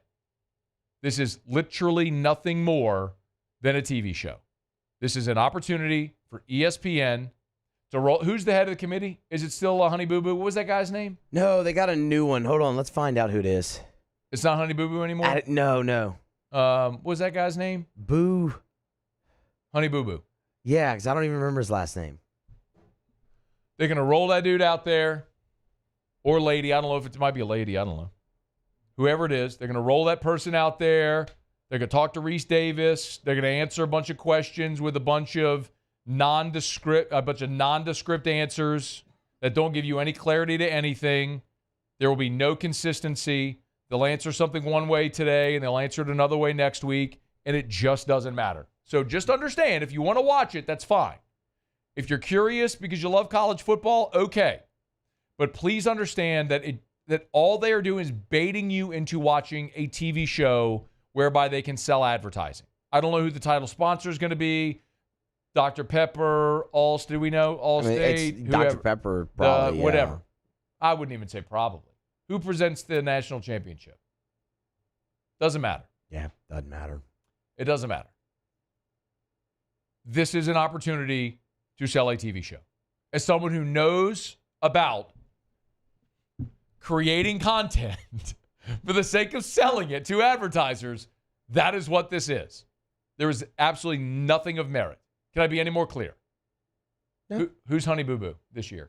Michigan's Ward Manuel. Ward? Yeah, Ward Manuel is the chair. Ward.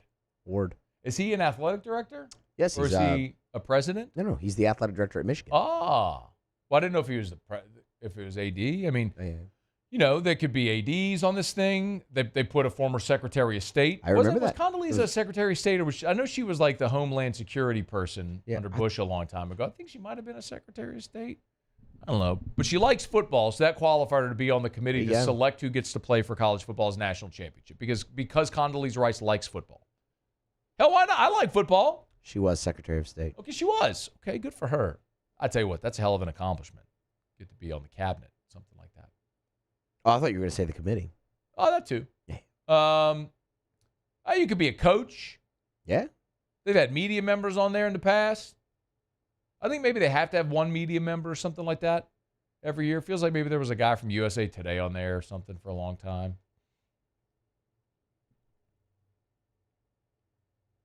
We got to come up with a nickname for Ward. I mean, Honey Boo Boo was just easy, but we're a little more challenged here. There was a guy from Iowa one year, wasn't there? What was his name? Oh, man, what was his name? You know what I'm talking about? Yeah, I think he preceded our guy Boo. Honey Boo Boo? Man, I can't remember. Iowa? Iowa guy. Iowa guy. Most people are going to assume in some order Oregon, Ohio State, Miami, Georgia, whatever, be your top four. They're going to do something outlandish. They always do. Because they can and because it doesn't matter. They're going to do something outlandish. Just please don't react to the outlandish thing because it just doesn't matter.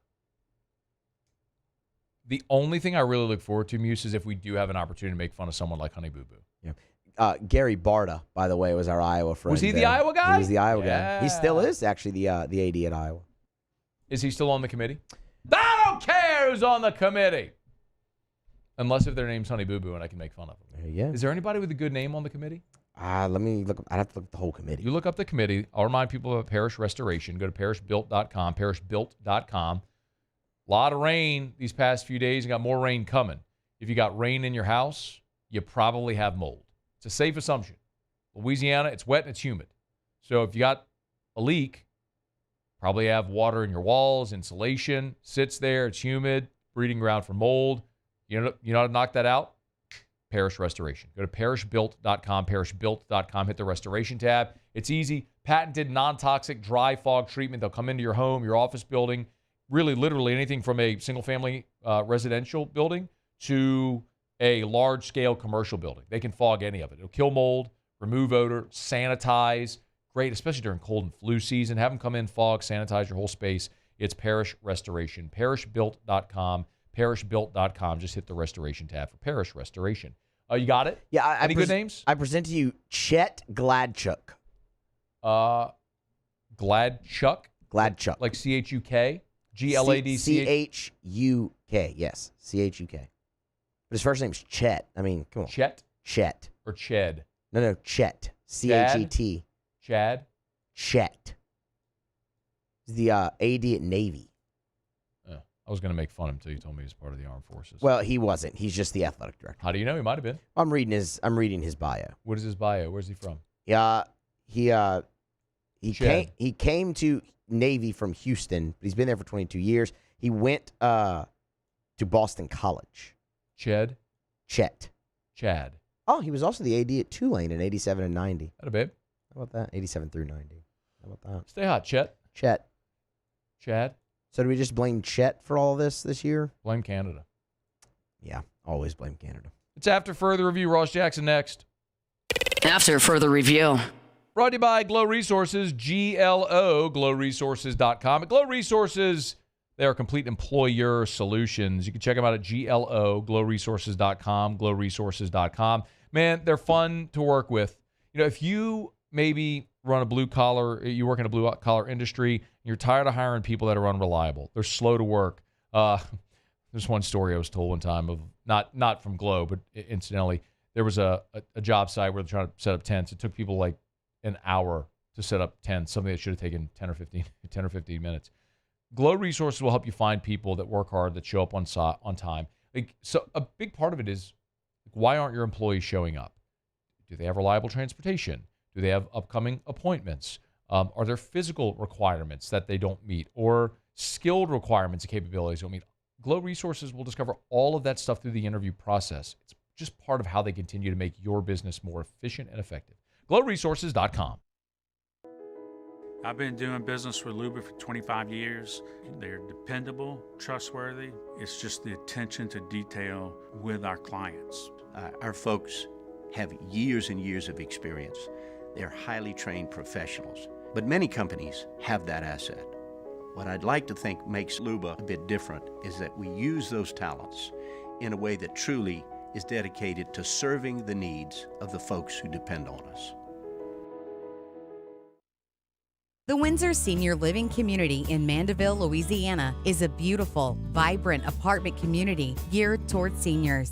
They are nestled right in the heart of Mandeville, where seniors live a more carefree lifestyle in spacious apartments with the peace of mind that comes from having a little extra help. Call the Windsor at 985-624-8040 to schedule a lunch and tour. Come see how the Windsor can be your passport to peace of mind.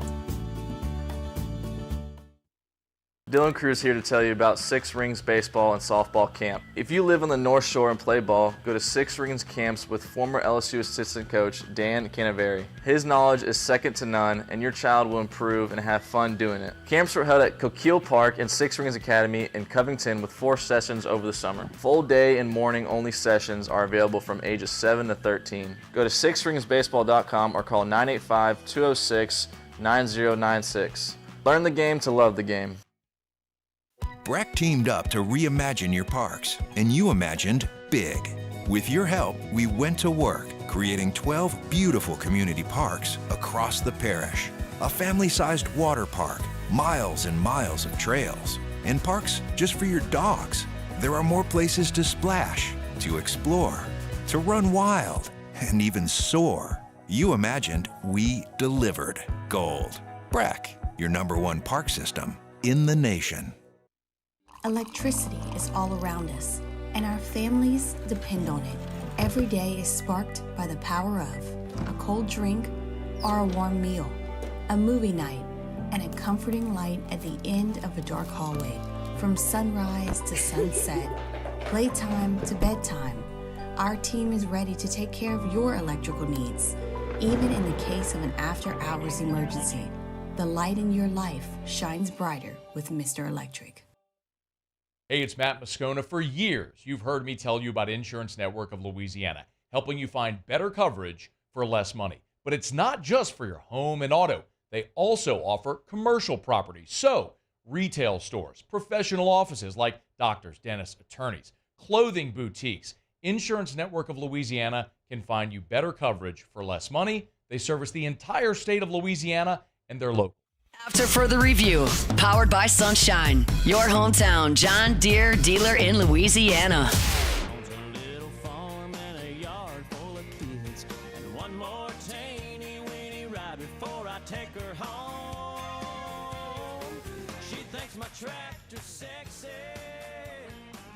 All right, NFL trade deadline has come and gone. The Saints were, in fact, sellers. Marshon Lattimore traded to the Washington Commanders for a team that is typically has a history of buying at the deadline. Certainly signals a new day, a new era for the New Orleans Saints. Ross Jackson, our guy, the host of the Locked On Saints podcast. Of course, our lead writer over at LouisianaSports.net, covering all things black and gold. Good enough to join us. Ross, how are you, man? Hey, buddy, doing great. Glad to be here with you on what's been, I guess, a pretty busy couple of days. Yeah, man. Well, no kidding, right? I mean, you fired Dennis Allen, and then you trade Marshon Lattimore. I mean, it's pretty clear, Ross. This is an indicator that they're moving on. What was your reaction of them actually getting a deal done for Marshon Lattimore today? Yeah, I think you kind of got a little bit of a viewpoint of it, but throughout the process of the day, you can kind of tell that this is moving closer and closer and closer and closer, and we're hearing more and more kind of every minute or so that, like, yeah, this team's in, now this team's in, this is getting a little closer, this is actually getting close to happening, and then finally the news break with the trade happening with the Washington Commanders. Several teams also involved in addition to that. I think that the reaction kind of got angled on less than surprising because of how much noise has been around this potential move. Not just over the course of the past couple of weeks, Matt, but even if you go back to the offseason when there was all that conversation about the fractured relationship between Marshon Lattimore and the Saints organization, there was conversation about whether or not the team should trade him then. Then they kind of patched that up and then, kind of get things going this season. And then ironically, after Dennis Allen gets fired, they still trade him away. And so I think that the next piece about this is kind of what you just alluded to.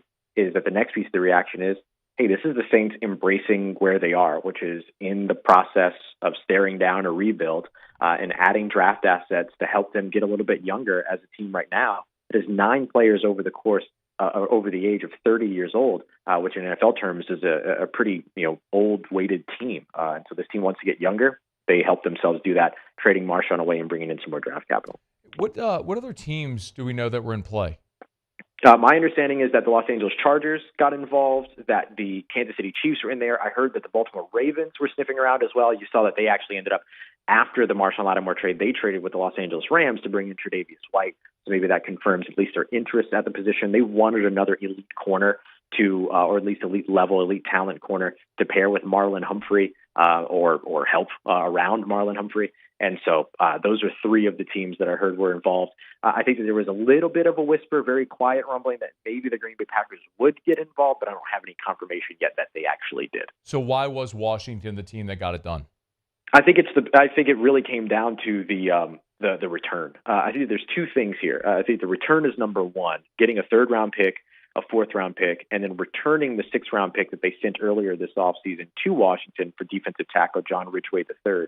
For Marshon and the Saints' 5th-round pick is a really good deal. What we expected the Saints to get in value was a day 2 pick, which is effectively what that 3rd-round pick is. But to also be able to advance your 5th-round pick, to also be able to get another day 3 pick in, I think that those are additional kind of lanyard moves, if you will, as a part of that. So this is an example of the Saints making a move, sending a player away, and actually getting a pretty good return off of it, which, if we're being honest, has not always been the case when the Saints are shipping off players. And so I think that ended up kind of being the thing. I think the other piece, too, is that there is a little bit of there's a lot of respect from the New Orleans Saints organization to Marshon Lattimore. And I think that sending him to a team where he was going to be able to compete like the Washington Commanders is a part of the equation, too. Not to say that the Kansas City Chiefs don't also fall under that category, but I think it was a perfect marriage of both of those things. Interesting that you mentioned they would improve their 5th round. So my understanding, Ross, tell me where I'm wrong here. I'm assuming the Saints will have very high 5th round pick, and Washington, if they keep winning, will have a back of round 5 pick. So that pick swap would not benefit the Saints. What am I missing there? I think the big thing is the massive addition of compensatory picks that will happen at the end of the 4th round. That 4th round gets longer and longer as those compensatory picks come in for teams.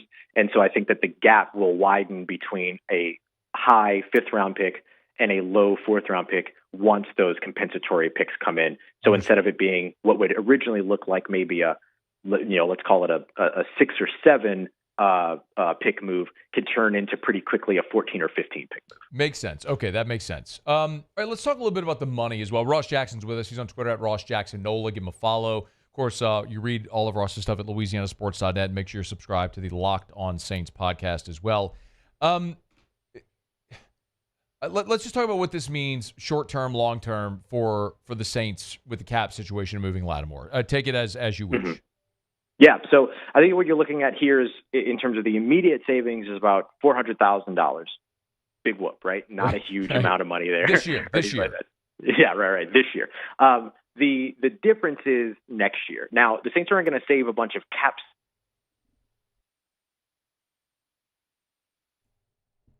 Did we lose him?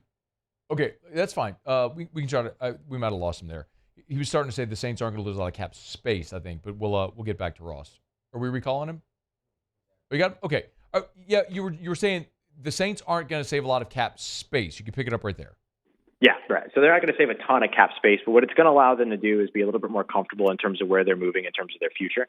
Marshon Lattimore was due a $16 million base salary next year, plus a $2 million roster bonus.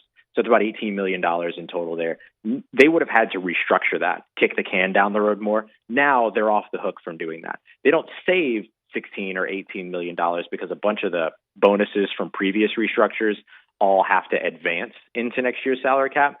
So overall, once the savings from this year roll over to next year, you're talking about minimal savings, but you're keeping yourself from kicking the can down the road and spending more money out of 2025, 2026, and 2027, I think is the better way to kind of look at it.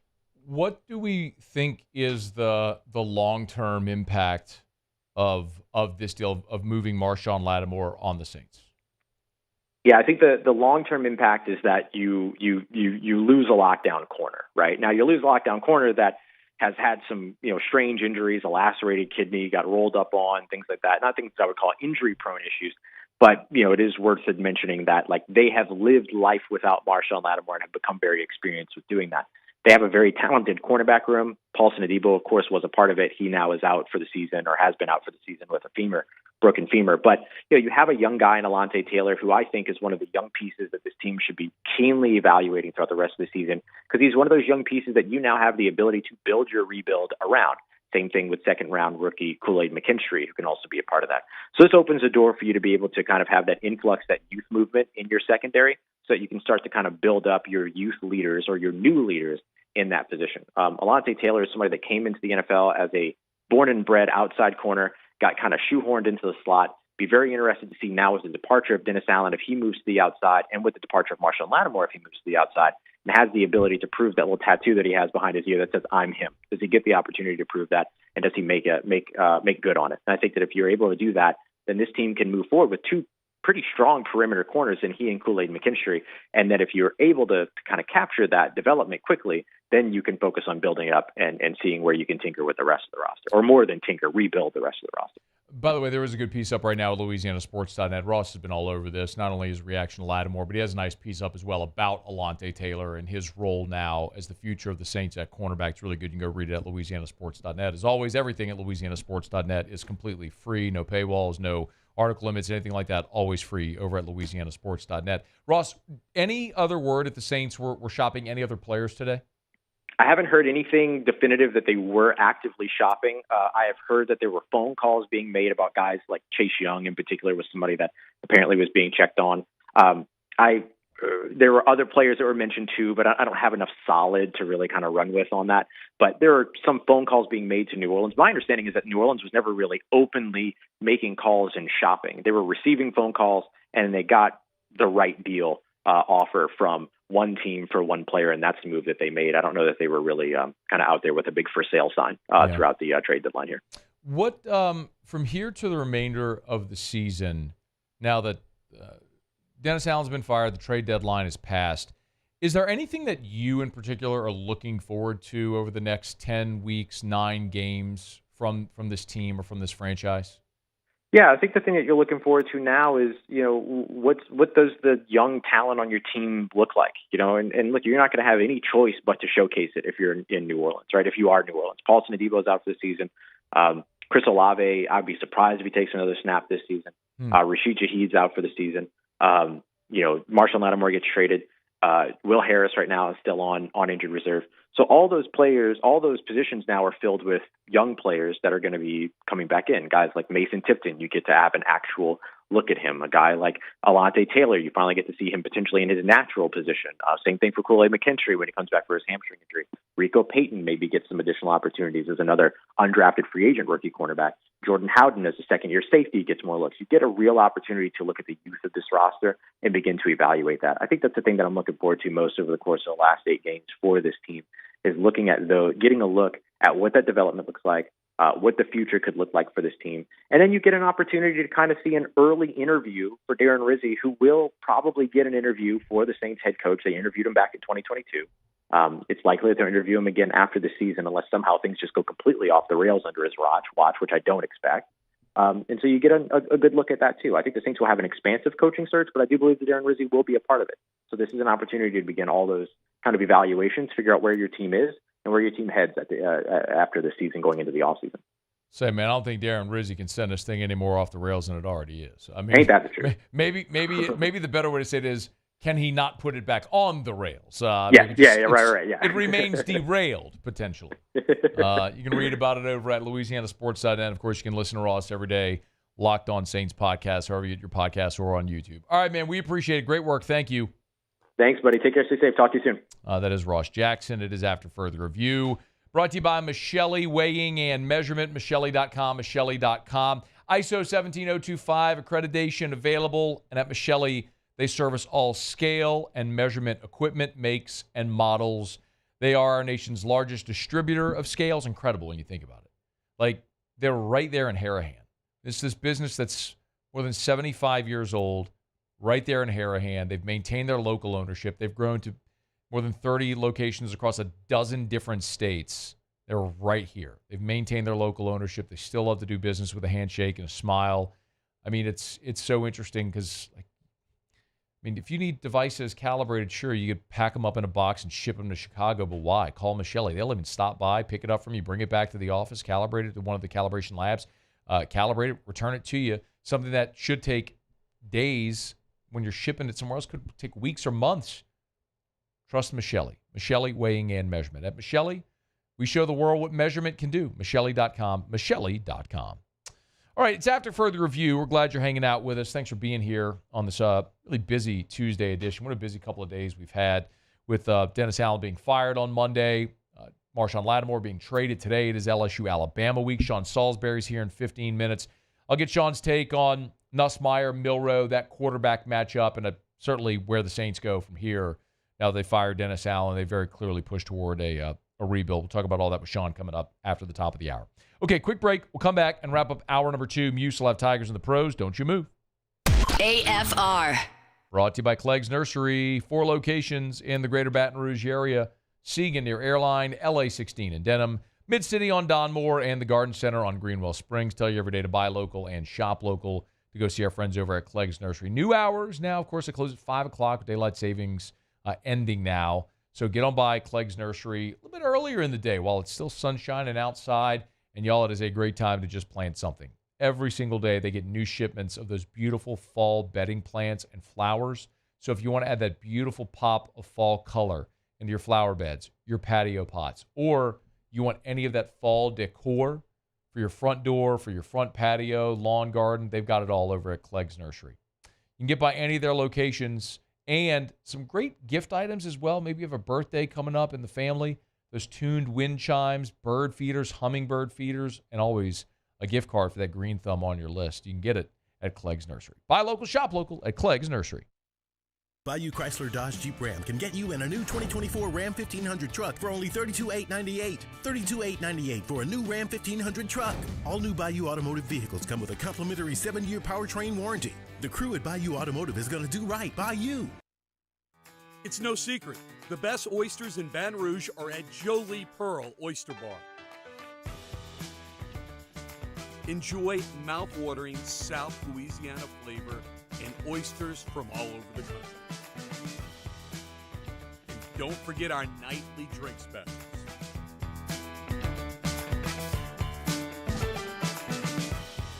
Jolie Pearl Oyster Bar, located in downtown Baton Rouge. Jerry and Benny Payne began Central Plumbing Company out of their driveway in Tanglewood Subdivision.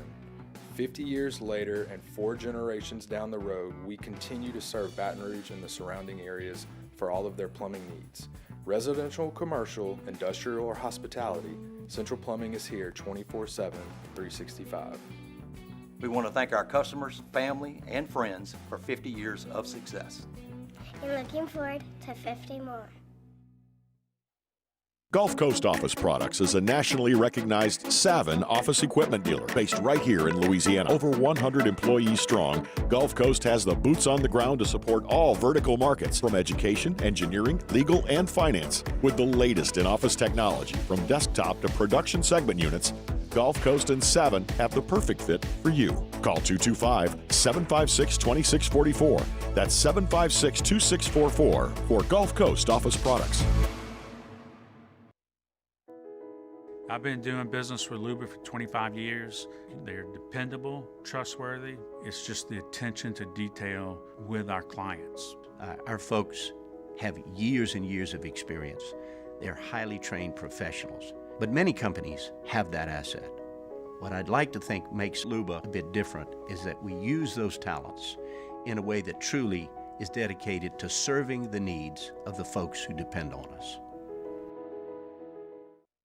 Dylan Cruz here to tell you about Six Rings Baseball and Softball Camp. If you live on the North Shore and play ball, go to Six Rings Camps with former LSU assistant coach Dan Canaveri. His knowledge is second to none, and your child will improve and have fun doing it. Camps were held at Coquille Park and Six Rings Academy in Covington with 4 sessions over the summer. Full day and morning only sessions are available from ages 7 to 13. Go to sixringsbaseball.com or call 985-206-9096. Learn the game to love the game. Bayou Ford has the new inventory to get you in a new Ford truck or SUV today, or customize your next vehicle just the way you want it. All new Bayou Ford vehicles come with a 1 million mile powertrain. After further review, powered by Sunshine, your hometown John Deere dealer in Louisiana.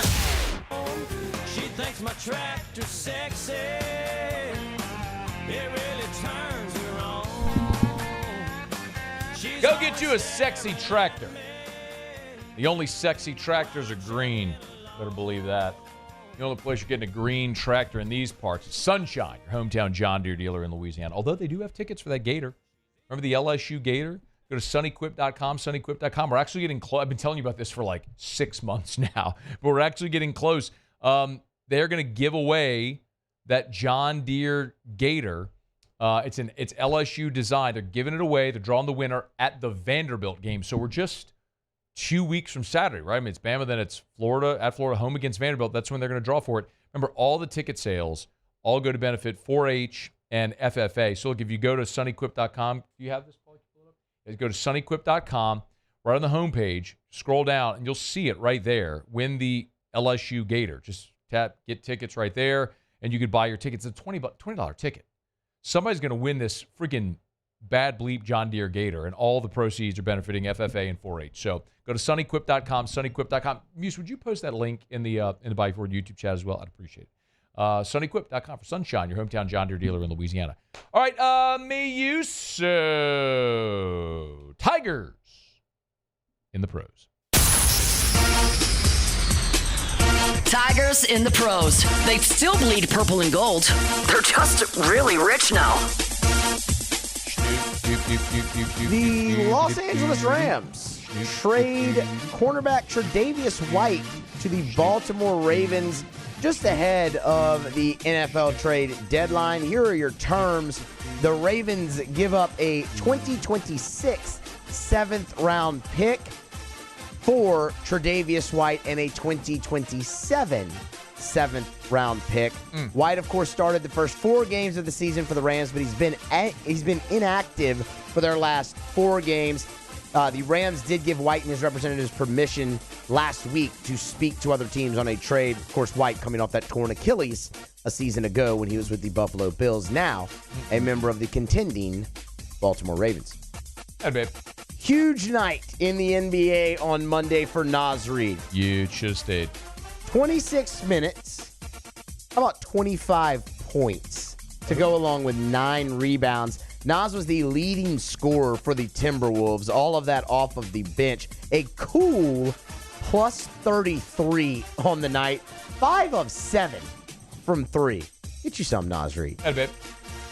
For the Brooklyn Nets, no Ben Simmons again on Monday night, and no Trendon Watford again on Monday night. Remember, Watford is dealing with a hamstring injury, and there is no timeline for his return. Cam Thomas was in the starting lineup, 34 minutes, 13 points. Slower night for our guy, but did dish out 6 assists, tying him for second on the team last night. And then Tari Eason, we'll wrap it up there. 25 minutes off the bench for the Rockets. They got a big win over the New York Knicks.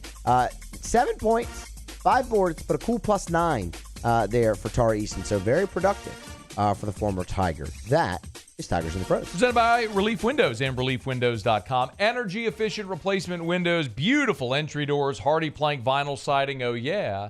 They do shutters as well over at Relief Windows. You want to make your home more energy efficient? Relief Windows. You want to beautify the exterior of your home? Relief Windows. You want to increase your home's resale value? Relief Windows. Live in a neighborhood where the HOA requires wood windows and you're tired of replacing them every 4 or 5 years? Relief Windows. They got wood windows that come with a lifetime guarantee. Wood windows. Relief Windows. 288-8138, 288-8138, 288-8138, or reliefwindows.com. If you're just shopping price, don't call Relief Windows. If you're calling around to get quotes just to see who's going to give you the cheapest price, ain't going to be Relief Windows. Don't call them. They will never, ever, ever be the cheapest. They can't be. They sell you a great product. They have a great service department. They offer a lifetime transferable warranty on labor, material, glass breakage. You will have beautiful work done right by reputable people that'll do right by you. It'll last. It's Relief Windows. Windows door siding, Relief Windows, and reliefwindows.com. Otter Locks is up. Jimmy will be here in 1 hour, but if you want to get it over LouisianaSports.net, you can. Go to LouisianaSports.net and get Otter Locks. Jimmy's pick. He's got two college football games tonight. Get it there. Also, look at what we also have here. 3 predictions for LSU basketball from Hunt Palmer, 2024-2025. Matt McMahon's team tips off tomorrow at the Maravich Center, so they'll tip off year three of the Matt McMahon era. And the women tipped off last night. They blew out Eastern Kentucky, as you'd expect. But November, man. October's the best month on the calendar. November ain't too shabby either.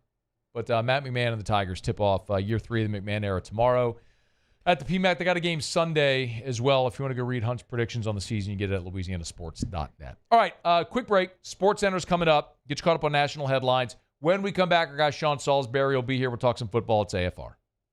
AFR. So Thursday, I think I'm going to go to Supper Club. So it's tricky. So T-Bob and I do Scone and Tea. It's hard to get there on Thursday. Well, T-Bob's got a conflict, so we can't do the show this Thursday. So I think I'm going to go to Supper Club, get the prime rib. I've been telling you all about it forever, man. Get your reservation. Now, I'm going to be solo, so I don't think I need a reservation. I'll just go sit up at the bar and walk on in and eat there. But hope to see y'all there, man.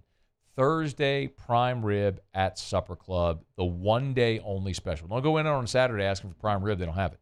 This is a 21-day, dry-aged, bone-in, tomahawk ribeye. Chef Layton serving up that prime rib, cut and served tableside. Y'all, with Supper Club, the food is unparalleled, but the experience at Supper Club is unmatched. For a date night, maybe just on a weekend, or to celebrate a special event, you want Supper Club. SupperClubBTR.com.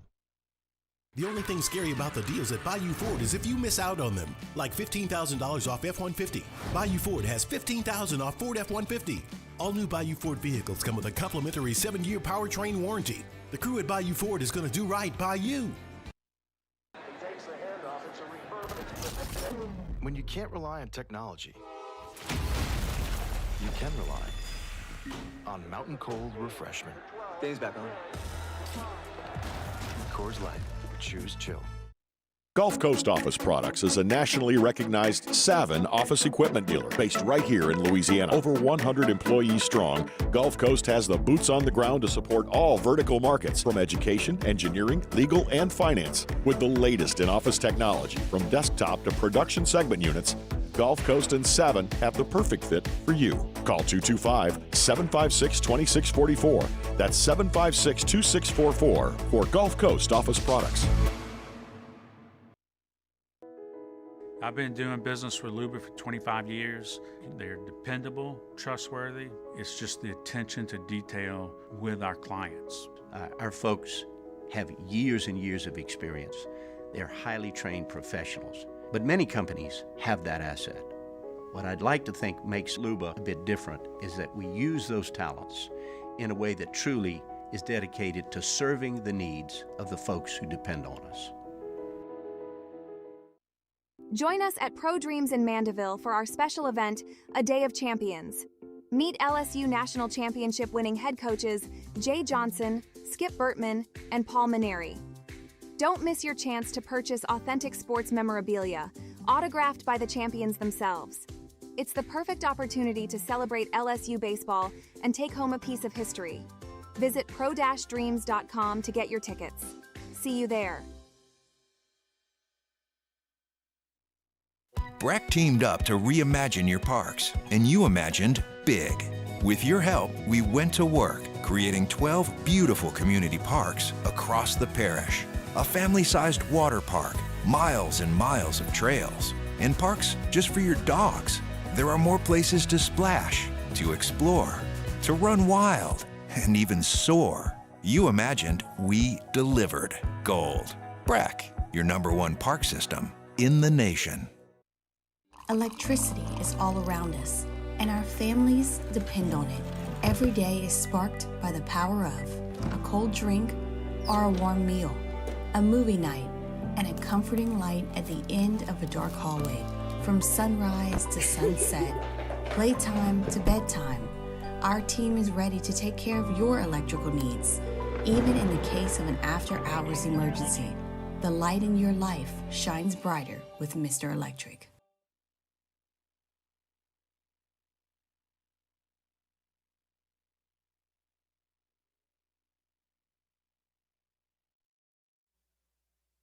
This is SportsCenter.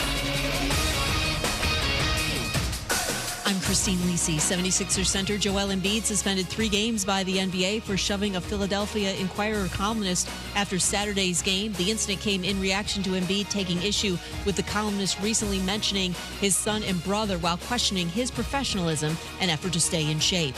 NFL trade deadline day, quarterback Marshon Lattimore is on his way to Washington. Commanders solidified their secondary, acquired him from New Orleans in exchange for 3 picks.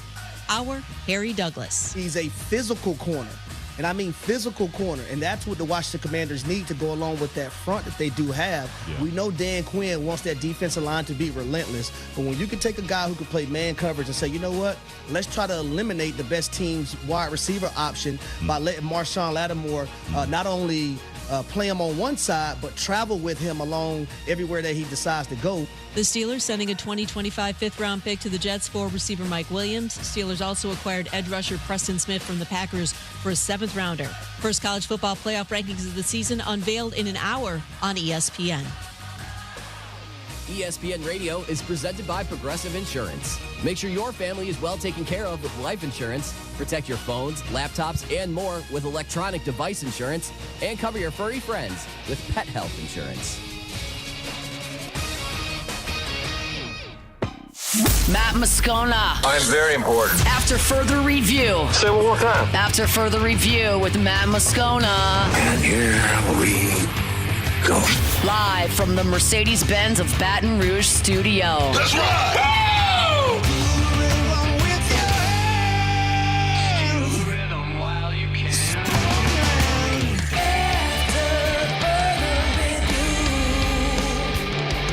Hour 3, off we go. Welcome aboard. Glad you're with us.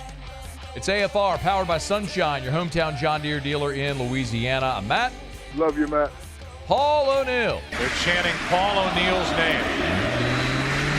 You, sir. And Mr. Toby Tomplay.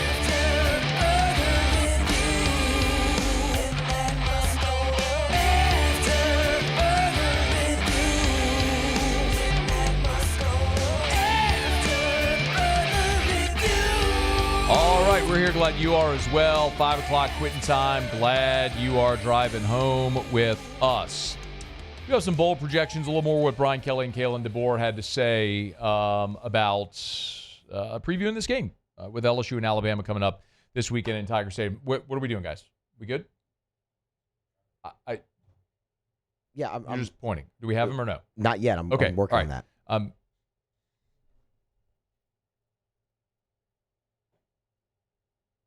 All right, we're supposed to be joined by Sean Salisbury. He's texted me. He's ready to go. He's got to get him connected. So, in any event, we're going to link up here with Sean Salisbury. Always appreciate when we get a couple of minutes with Sean, and there's a lot we got to discuss. Just candidly, we're not going to talk about the Saints game against Carolina. There's just far bigger things to talk about, including Dennis Allen's firing, what the Saints do. He says no link. He's waiting on TV. He's got no link. All right, let's make sure we get him that, and we'll send it now. Okay, we'll talk about that with Sean, and then also we'll talk about LSU-Bama. I got to get Sean's thoughts on Jalen Milroe and Garrett. Can Garrett Nussmeier bounce back after the 3-interception game, and what about Jalen Milroe? You all know how I feel about it. I'm curious to know Sean's thoughts about Milroe as well. It feels like Kalen DeBoer is trying to turn Jalen Milroe into Michael Penix, but I don't know that he is that. As a matter of fact, can you give me Kalen DeBoer talking about this week here with LSU and Bama heading to Tiger Stadium this weekend? Great bye week. Our guys get a chance to work on the things that we felt we needed to work on as a team, get a little healthier and in a good spot. Guys got back to work yesterday with a good practice, high energy, very intentional on what the job is that we're up against going into LSU here, and getting a head start on that, whether it be last week or yesterday. As for playing, as for from the LSU perspective, we did share this with you yesterday, but I do want to share this with or ask Sean his take on this. But is he there in the waiting room? Okay, Sean is there in the waiting room. All right, it is. My apologies. That was about a 3-minute fill, and I just very candidly apologize for that. Just a little confusion there. But we do have Sean Salisbury with us now. Always appreciate when we get a couple of minutes with Sean, who's good enough to join us here on this Tuesday edition of AFR. Good to go? All right, Sean, how are you, man? I'm good. How are you? I'm doing well, man. We appreciate you as always. We were talking just before you came on. I would love to just dive in with the LSU-Alabama thing. And I'm curious your thoughts on Jalen Milroe. And I asked Brian Kelly on Monday how Milroe differs, what they're using him to do this year as to what how they basically used him last year under Tommy Rees. When you look at Milroe this year, how different, or is it different from how Rees used him a year ago to how Kalen DeBoer is using him this year? I think that they rely on him pushing the ball down the field, and he did that at times last year. I don't know what Brian said from me watching him. He's a Katy kid, and I've actually broke bread and with his father before he got the start. I mean, when it was going to be the next year for his starting job. So we had a lot of conversation about what his strengths were. And, in watching him, I think he's improved as a passer. And I think the way that, they're using him now is, they want to make sure that you got to defend the entire field. Now, I don't believe in my mind in watching him, I think he's a talented kid, the inconsistent. I don't think you can drop back. And let's just say they said, nope, no running's allowed in college football. That I'm not sure that he's going to be able to dominate games just doing it. He pushed the ball down. He's a pretty good deep ball thrower, but it's some inconsistencies on the simple plays that he misses. And I think a lot of times because he is an explosive, gifted, big dude. I mean, he will destroy you with his legs if you don't not only just engage him, but also put a circle around him and not let him break his. He's big. I mean, linebackers have trouble bringing him down. That's a big dude now. So, but for me, what is good for Alabama is that he has to be able to use to run and RPO and quarterback powers and to get him actually in the run game, I think, which allows him to find more windows in the passing game. I don't think against a good team. Now, he may be able to do it against Tennessee, Chattanooga, but he's not going to do it dropping back and beating an LSU or a team like that or Tennessee regularly throwing the ball. But he will take some shots. He has had success down the field. So how they're using him different, I just think they're more confident in him, and I am too, that he can beat you throwing the ball if the run game's working. If they're one-dimensional, put it this way, you don't want the one dimension to be him where he's averaging 7-8 yards a carry. He will take over a game like a good running back, but he is capable throwing the football if, in fact, you're not hitting him. But the best thing to do is, I think, is pressure on the perimeter on the receivers.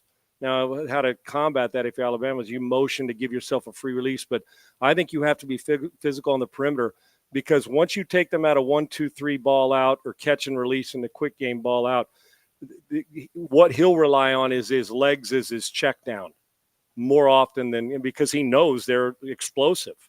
Where Nuss, while he can run, will get to the next guy and the next guy through his progressions. And so you always lean on your strengths, and it's going to be a night game. And Brian Kelly doesn't lose primetime games at LSU. And quite frankly, Alabama, on the opposite, Alabama, I think, has won 5 of 6 against LSU or something. So they know how to play it. But DeBoer knows that he has to be two-dimensional. He had a guy last year that Penix could run, but boy, he was as pure pocket passer as we had in college football, delivering the ball on time. And I think it's incumbent upon, at Washington, I think it's incumbent upon him to get him in position where the ball has to come out. So you're going to have to create some free releases for his receivers. If they can handle the outside, we don't talk about this enough in football, is take them off their mark, or don't let them get off that ball freely. Because if he's in rhythm, that's when his arm will look like, well, damn. But he doesn't want. They don't want to throw it 40 times. They want to run it and probably end up with him being close to the leading rusher on the team. And then obviously they will play action you and hope that they make 2 or 3 or 4 big shots during the game, and he can throw the ball down the field. And to your point, in the loss to Tennessee, Milroe threw it 45 times and ran for 11 yards. Now reverse that. Right. He runs it 24 times for 140 and throws for $160. Now Alabama's not only in it, that they're hell to pay, because he is a presence. But if you flip it and you go and have to, just like Nuss, who's obviously a more polished thrower, but whenever most quarterbacks, I bet if we did the numbers, you hit 45 to 50 throws in college and the NFL over the last decade. I'll bet you for the majority of the time, an overwhelming number, that team doesn't win, especially when this isn't a pure throwing team. They want to physically dominate you and beat you with some big shots and throw in rhythm. So, because he's not going to be patient enough to get to his third guy, and maybe that's a disadvantage for a defense because his legs are so good. But patience for quarterbacks when they've got an amazing strength at their feet, he won't live back there. He will try to make things happen in the open field. If you don't put a full body on him, he will run through tackles. He's as physical as there is at the position in college football. How would you defend, if you're LSU, how would you defend Jalen Milroe Saturday? Passive aggressive. And I love defenses like the way Flores or the way Spagnuolo, you're looking for weaknesses and you A-gap blitzes. Then you show an A-gap blitz, drop out, plays, zone blitz where that guy drops into your hot read, and then all of a sudden you bring a 4-week. I love multiple, but the confusion, and a lot of times we think it's confusion of the quarterback. A lot of times it's confusion of the guys up front. So I do believe confusion's got to be created. But if I was playing him, it's hard to tell a front to go after, be aggressive. The problem with that is it's like a punt return, Matty. When a guy when you send the first guy down going 100 miles an hour, he usually misses. I can make the first guy miss. Yeah. And I know that sounds out, but it's similar with this guy because not only is he fast, but guys will bounce off him. So if you're going to be overly aggressive, I don't mind overly aggressive defenses. But when you approach him, you've got to approach him almost. Remember the drills in high school, man, when you go up to the bag and then break down and pound your feet in place. Yeah. And then they'd say explode, and you jump through the guy with your shoulder, wrap him up, and head up. See what you hit instead of just flying and diving at the bag because we were having fun in a rain practice. I'm serious. I've thought about this a lot about the guy. That's kind of how you got to play him, because if you go and overdo it, you're running into a brick wall. And then if you don't have help, and if you can force him into other help and go aggressive, great. But the knockout shot's not important here in this game. The knockout shot and if you just go for ball, teams that strip and then tackle as opposed to tackle and then strip, you're going to be in trouble. Any defense that faces him.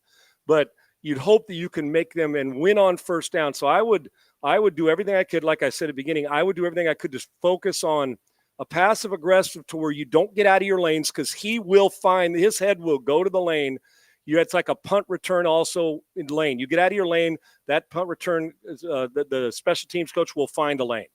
He will say, okay, they're getting out of the lane because the guy wants to be a hero and go make a tackle. It's like guys who chase down play action or like stretch plays outside zone away. They come down the line hard and you naked boot them. They give up contain. You kill them. In this, if you don't stay gap sound in your pass rush, he will find it because that is his biggest strength. But so passive aggressive on the rush. But I don't think you can play a lot of off coverage because you're playing into his hand now. 6-yard hitch. Let the guy get a free release, so you're throwing first read, first guy. And so he's a smart guy, and he's a great kid. But you want to play to his weakness, and his weakness would be hold the ball and not miss your first guy at the quarterback. Meet at the quarterback, but there better be more than one. So passive-aggressive, a lot of times blitz. But if you miss guys like this, and you're playing man and your back's turned, he'll have a field day running the ball. And I've watched him for, 2.5, whatever it's been now, 2+ years. and he destroys you if you don't drag him down early and allow that. If he's playing on your side of the line of scrimmage, you're in trouble. Best game of his career was last year against LSU. Ran for 155 yards and 4 rushing touchdowns. And how many yards did he throw for, Matty? What was his passing stat? Let me see. I do have it right here, but it was low twos. Let's see. It was balanced for them. 219 passing, 155 rushing. There you go. And if they have that against most teams, they're going to win, because now you're playing it. He leads the team in rushing and then makes enough plays. And I'll bet you if we go back, and we both watched that game, but I'll bet you if we go back for reminders and watch it now, you'd find that many of his completions came on either off-schedule scramble plays or in rhythm without having to get to the second and third guy, because by then he's using his feet as the check down. Sean Salisbury is with us. Hey, let's not get our first break. I want to come back. I want to ask you about Nuss. I got to talk about what's going on with the Saints firing Dennis Allen. We'll get Sean's reaction to that next. It's AFR. AFR.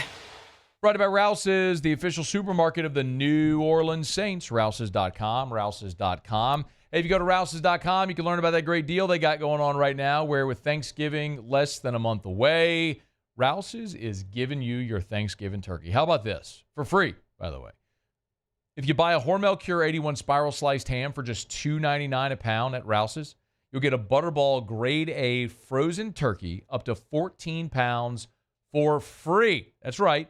Buy a Hormel Cure 81 spiral sliced ham and get a free Butterball Grade A frozen turkey for your Thanksgiving dinner. Limit 1 per customer with a $25 in-store purchase. Y'all, Rouse's, they're helping you take care of Thanksgiving dinner more affordably than ever before. They're giving you a turkey for free. You got to buy that Butterball Grade A, or excuse me, that Hormel Cure 81 spiral sliced ham for $2.99 a pound. It's at Rouse's, the official supermarket of the New Orleans Saints. Gulf Coast Bank and Trust is giving our customers the power to bank anywhere, anytime during this challenging event. And we're right there with you. Our mobile banking app is a smart way to manage your money and time. Gulf Coast Bank and Trust, the bank that cares about you. There it is, the extra mile, on the border of expected and extraordinary, for those willing to go further, like vans customized for work or play, with safety and tech to keep you connected, supported by a 5-star sales, service, and finance team, and backed by the 1-star you know. So go the extra mile. It's never crowded, because so few have what it takes to go there. Mercedes-Benz Vans.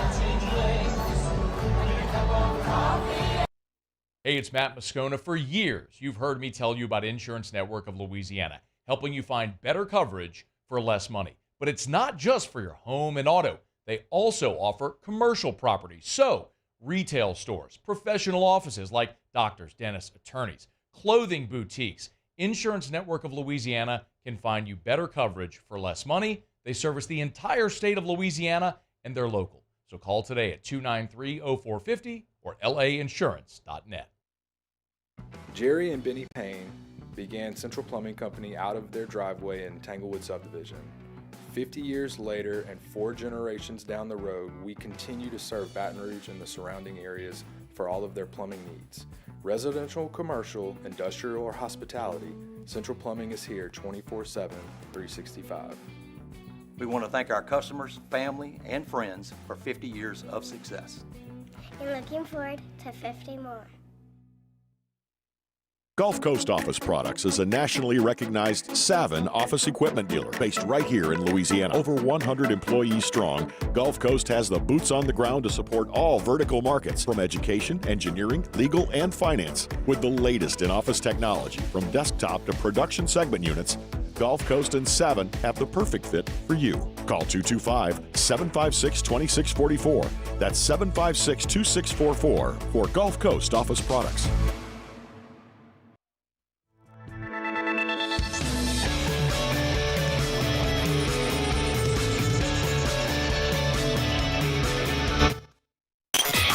Advertiser for the review. Powered by Sunshine, your hometown John Deere dealer in Louisiana.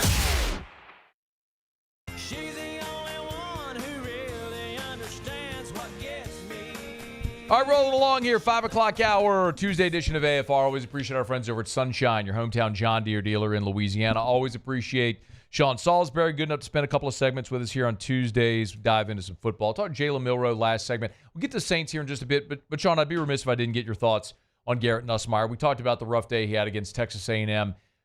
How do you expect him to perform at home against that Alabama defense and maybe an opportunity to bounce back? I think he's going to perform quite well. Good quarterbacks that I've been around rarely, and he's a good player. What's he got? 9 picks. He's had a case of the turnovers at times this year, which he's going to have to protect the ball. I don't mind a gunslinger mentality. Matter of fact, I love it. I mean, Favre wouldn't have been Favre without it, but you also, there's times and a place if you throw 4 picks and you're going to take and throw a 5th one for Bray. He said, well, I'm really to throw a 5th one, and you got to ride that out.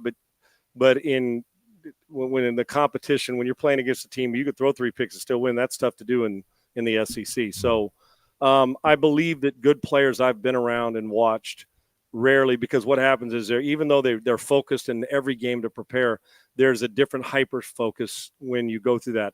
It was the Jets and the Texans last week. I said the Jets are going to – I picked the Jets all week, and the only reason I say that, Matty, is because the Jets were humiliated by the Patriots.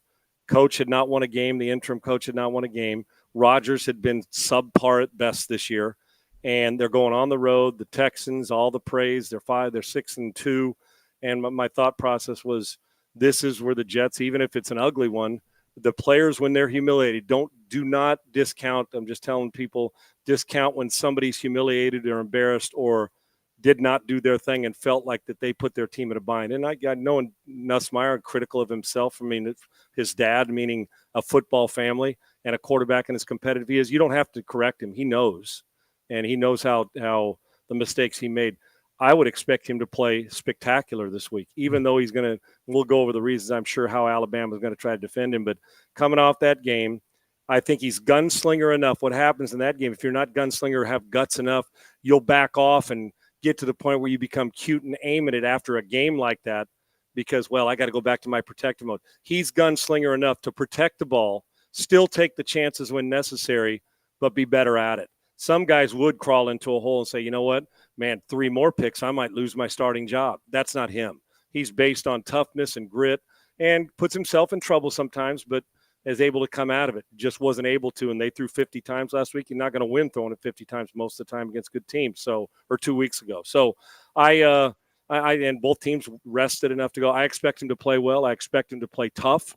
I expect him to protect the ball a lot better. But I can tell you this, Matty, I don't expect, if he thinks there's a window and he can anticipate, I don't expect him to back off. Scared quarterbacks don't make money. Nobody does, and scared quarterbacks don't make when throws they have to make. He's got to take those, but be a little more judicious against this team, or the same thing will happen with A&M because they saw the pressure. And I think the most concerning thing about Nussmeier, which is shocking to me, considering how tough he is, clean pocket, most of his touchdowns. Pressure pocket. I saw this, I think it was on Pro Football Focus. I'm not sure where I saw it, but maybe it was at 1 touchdown. So the majority, and I would say that's probably the case for most, but I trust this guy under pressure situations. It just didn't work out 2 weeks ago. Crap happens. The other team's on scholarship, or should I say getting paid too now because NIL. So yeah. I expect Nussmeier to bounce back, and if they win, he'll be a big reason for it. So the loser in this game, Matty, is done when it comes to 12. They're done. We'll find out where they sit tonight. But I think the loser of this game on Saturday night, 3 losses, I think that you can pretty much, unless some craziness happens the last month of the season, I think you can count them out. Yeah, agreed. Whoever. I'll ask you to answer your own question. So then what do you anticipate Alabama doing to try to defend Nussmeier? They are going to do everything. Remember we talked about going into the A&M game, multiple pressures, give him a bunch of different looks, even though he handled him in the first half. The second half, it only took a play here, play there. Before you know it, that thing's rolling downhill, and you couldn't walk out and hand it to the right guy. Happens to every quarterback that's ever played. And it happened at an unfortunate wrong moment, which now puts a lot of pressure on them, as is Alabama, to their losses with the Vandy and Tennessee. Yeah. Both of them are under that stress and the duress that goes with it. And then you double that because you're the quarterback and it falls on you. So I would have fully expected. They're not. I can tell you this: they may play zone, but they're not going to line up and show you zone regularly, so he gets to see it. He's too smart. His football IQ and where to throw the football and his anticipation that we've talked about. You cannot do that, especially with a guy coming off an embarrassing second half for LSU, where it's like, and now they're at home. He's going to want to put on a good one. You drop back and play zone the whole time and don't pressure him. This will be a big throwing night for him. I don't care that it's Alabama. So you watch. They are going to do everything they can. Did I see yesterday or today, Maddie, that one of the interior guards is out for LSU? Did I see that? Yeah, Garrett Dellinger is going to miss the game. There you go. They will attack it. Good teams attack where they say, well, the starter's better than the backup. Let's see how he plays. You'll see them go after it. I would expect a lot of pressure and a lot of disguise as much as they can. So we'll see how they combat that with their cadence or the rest of it with LSU. But yeah, I expect a game from Nussmeier, but I expect Alabama. They saw it, and you feed off other people's success and say, well, wait, we got the same kind of players they got. I wouldn't expect anything less than trying to get after him and force him not to be able to throw and get through his reads. And even though he can run, that's not how he's going to win this game.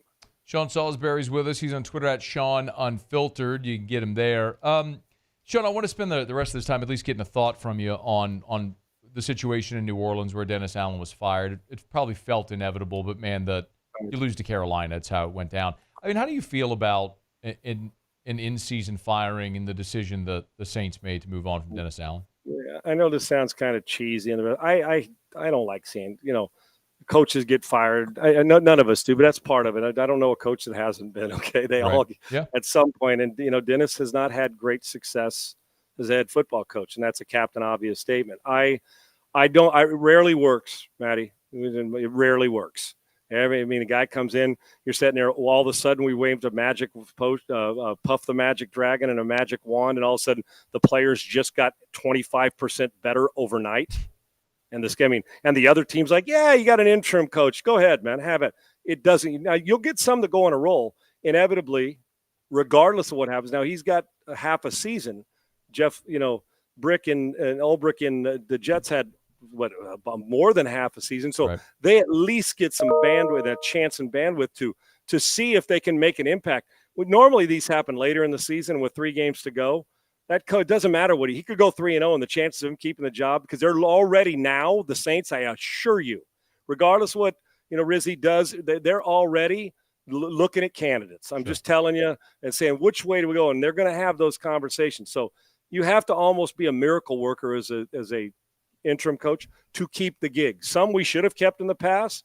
Maybe I think about Steve Wilkes in Carolina when they finally went back, but he was doing as a coordinator, doing a great job. People wanted to have him, and they went out of the building and got somebody else. I think with the guy from Tampa, there was talk about that at least, or the year before with him. So they don't usually work because it's the players. Players are going to win and lose. A coach, obviously, if there isn't buy-in and it didn't appear to be enough of it, and if you're not motivating, whatever it is, motivation's temporary, leadership's permanent for me. And Dennis is a wonderful defensive coach. I never found him a guy that you say, and as a diehard Raider fan, what happened? I hold him in high regard, but it never moved the needle for me as a head football coach. Defensive coordinator, loved him.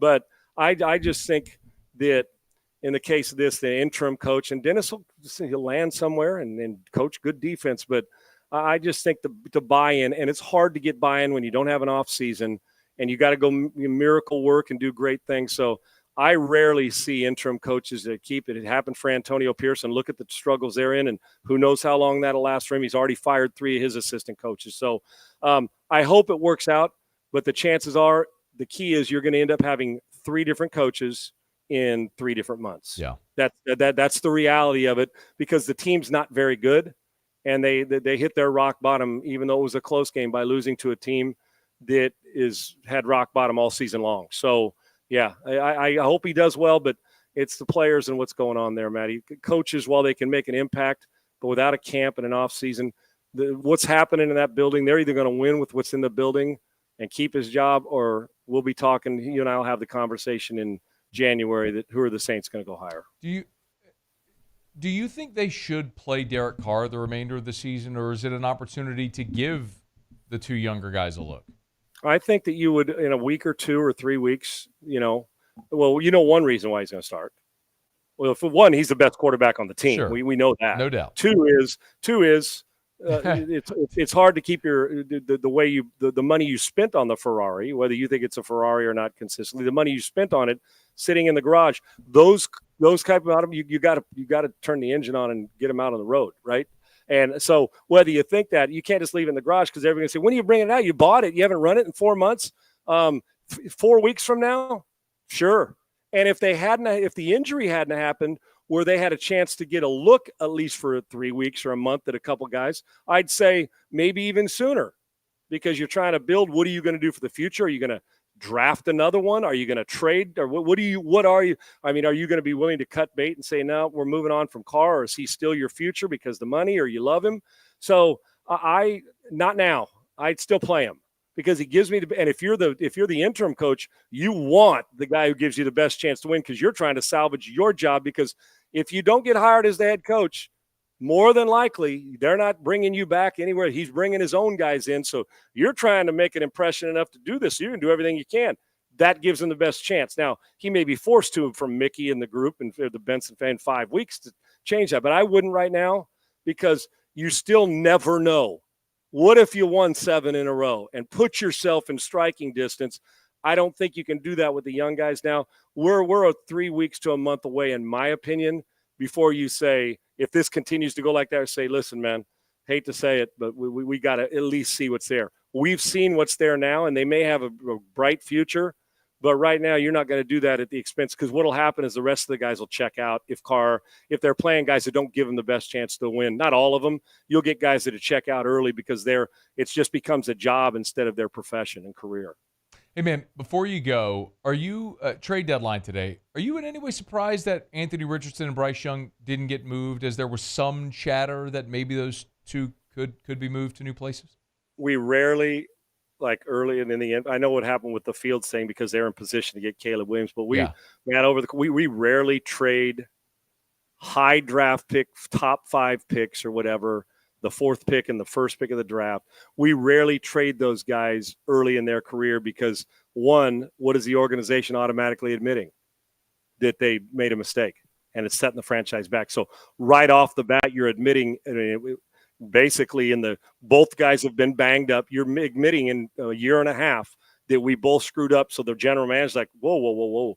And now you're to go to hell in a handbasket. So I'm not surprised. Okay. I actually think that Carolina at some point believes that Bryce Young can still be the guy. And I think, even though he's so inaccurate, the tease of Anthony Richardson's skill set and his talent, the big and strong, even though they're far better with Joe Flacco throwing the football, I still think they think, well, with the right roster moves and doing it, let's go one more. Now, if we're having this conversation next year at this time and we see what we see, they'll go all field. They'll get back in the fray.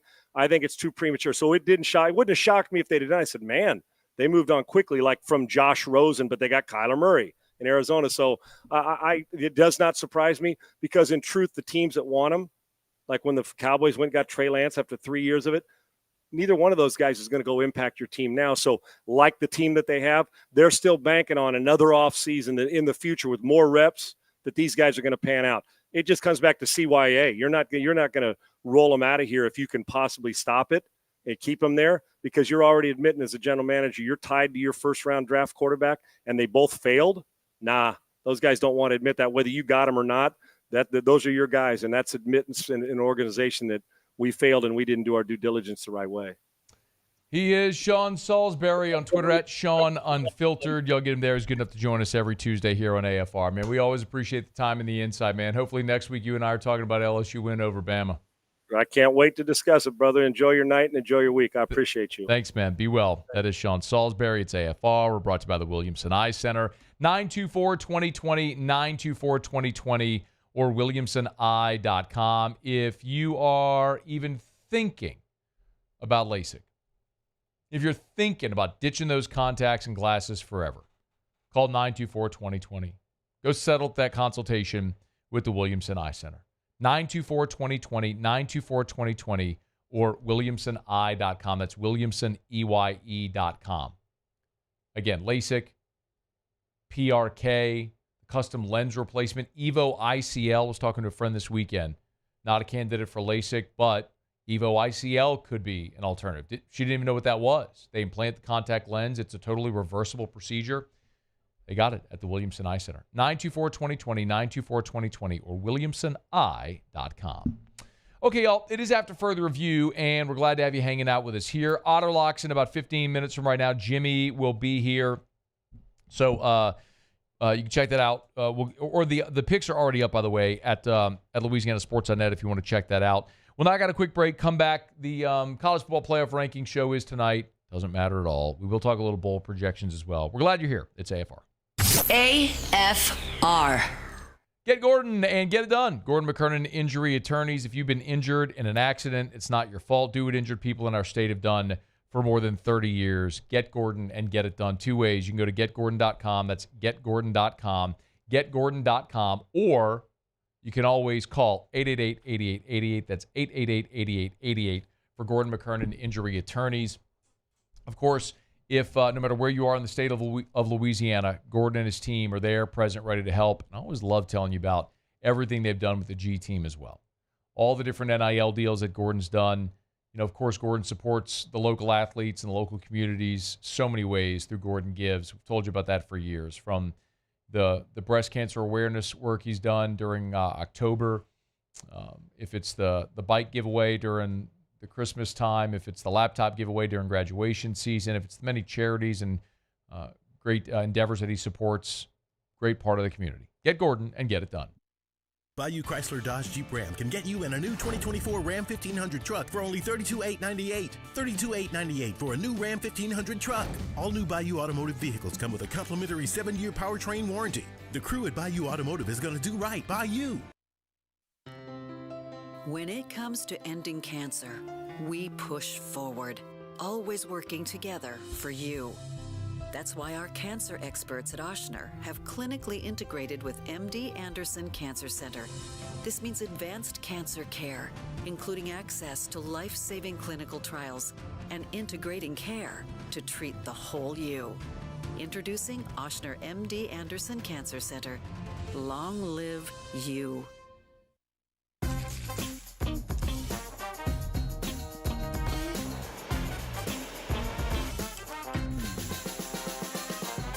The best kept secret in town is out. Discover Tallulah at the Renaissance Hotel on Bluebonnet. I've been doing business with Luba for 25 years. They're dependable, trustworthy. It's just the attention to detail with our clients. Our folks have years and years of experience. They're highly trained professionals. But many companies have that asset. What I'd like to think makes Luba a bit different is that we use those talents in a way that truly is dedicated to serving the needs of the folks who depend on us. Join us at Pro Dreams in Mandeville for our special event, A Day of Champions. Meet LSU National Championship winning head coaches Jay Johnson, Skip Bertman, and Paul Maneri. Don't miss your chance to purchase authentic sports memorabilia, autographed by the champions themselves. It's the perfect opportunity to celebrate LSU baseball and take home a piece of history. Visit pro-dreams.com to get your tickets. See you there. Dylan Cruz here to tell you about Six Rings Baseball and Softball Camp. If you live on the North Shore and play ball, go to Six Rings Camps with former LSU assistant coach Dan Canaveri. His knowledge is second to none, and your child will improve and have fun doing it. Camps were held at Coquille Park and Six Rings Academy in Covington with 4 sessions over the summer. Full day and morning only sessions are available from ages 7 to 13. Go to sixringsbaseball.com or call 985-206-9096. Learn the game to love the game. BRAC teamed up to reimagine your parks, and you imagined big. With your help, we went to work, creating 12 beautiful community parks across the parish. A family-sized water park, miles and miles of trails, and parks just for your dogs. There are more places to splash, to explore, to run wild, and even soar. You imagined, we delivered. After Further Review, powered by Sunshine, your hometown John Deere dealer in Louisiana. Well, she ain't into cars or pickup trucks, but if it runs like a deer, man, her eyes light up. She thinks my tractor's sexy. All right, Otter Lock's coming up in about 10 minutes from right now. Jimmy's got a couple of college football games that he's betting on tonight. We'll see what the Otters got. You can go get those picks always at LouisianaSports.net. It's up there right now. If you missed Sean Salisbury this hour, if you missed Ross Jackson last hour, or if you missed Shea Dixon in hour one, we had a ton of conversation. One thing to keep in mind, there is a faux, it's a parody account report on Twitter that's reporting that Steve Wiltfong, who's the on-3 national guy, is predicting Bryce Underwood to flip from LSU to Michigan. It's a parody account. Steve Wiltfong went out, so please don't spread that out there. But there are some Michigan guys, including E.J. Howell. Was the guy who was with us last week? What was his last name? God dog it. He's the Michigan on-3 guy. Forgive me. Holland, excuse me, E.J. Holland. E.J. Holland has put in a flip for, which is interesting because he told us here last week when I asked him his prediction. He predicted that Bryce Underwood would stick with LSU, and he put his probability for Michigan pulling off the flip at like 30-35%. So it's a little strange whatever could have happened here just in the last week to make him project a flip like that is odd. I'll continue to say in conversations that I've had around LSU, and I get it. Every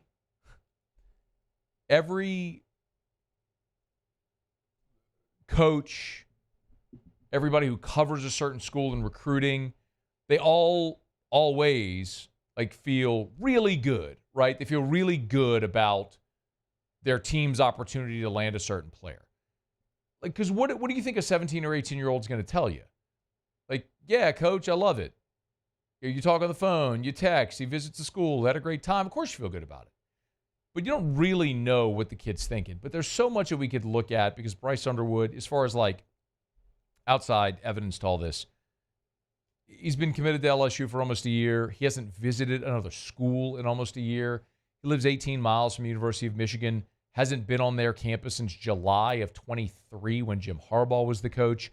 I mean, this really feels like a desperation heave by Michigan to get Bryce Underwood, and it may work, but I really think the only way it works is if it's just a pile of money that they come dump on Bryce Underwood. If they make him the offer, you can't refuse, right? If they walk in and go kid, here's $7 million, then I don't know who could turn away from that amount of money. It just feels unlikely. And I can also tell you that conversations that I've had around LSU, boosters, collective, coach, all of it, it sure doesn't seem like LSU is going to stand pat and get beat out because of money on Bryce Underwood. They understand all that they have sunken into him resource-wise to get him a part of this class, and they're committed to keeping him a part of this LSU class. So, we'll wait and see until that first week in December the 4th, which is the early signing period, what Bryce Underwood does. But again, Bryce Underwood will be on LSU's campus this weekend. It was a good combo with Shea. Bryce Underwood, Jakeem Stewart, DJ Pickett, Harlem Berry, all the 5 stars committed for this year's class. Next year's class, Lamar Brown, Blaine Bradford, some 5-star big-time prospects for 2026 will all be on campus as well. Massive weekend, man. It's your turn. For all the recruits that went to the Oregon-Ohio State game, what a great opportunity for Oregon. They upset Ohio State in a big-time game. Fans stormed the field, all that sort of stuff. For South Carolina last weekend, what an awesome opportunity. For Texas A&M when they played LSU and rallied, that whole environment in the blackout. Well, it's LSU's opportunity. You got Alabama coming in.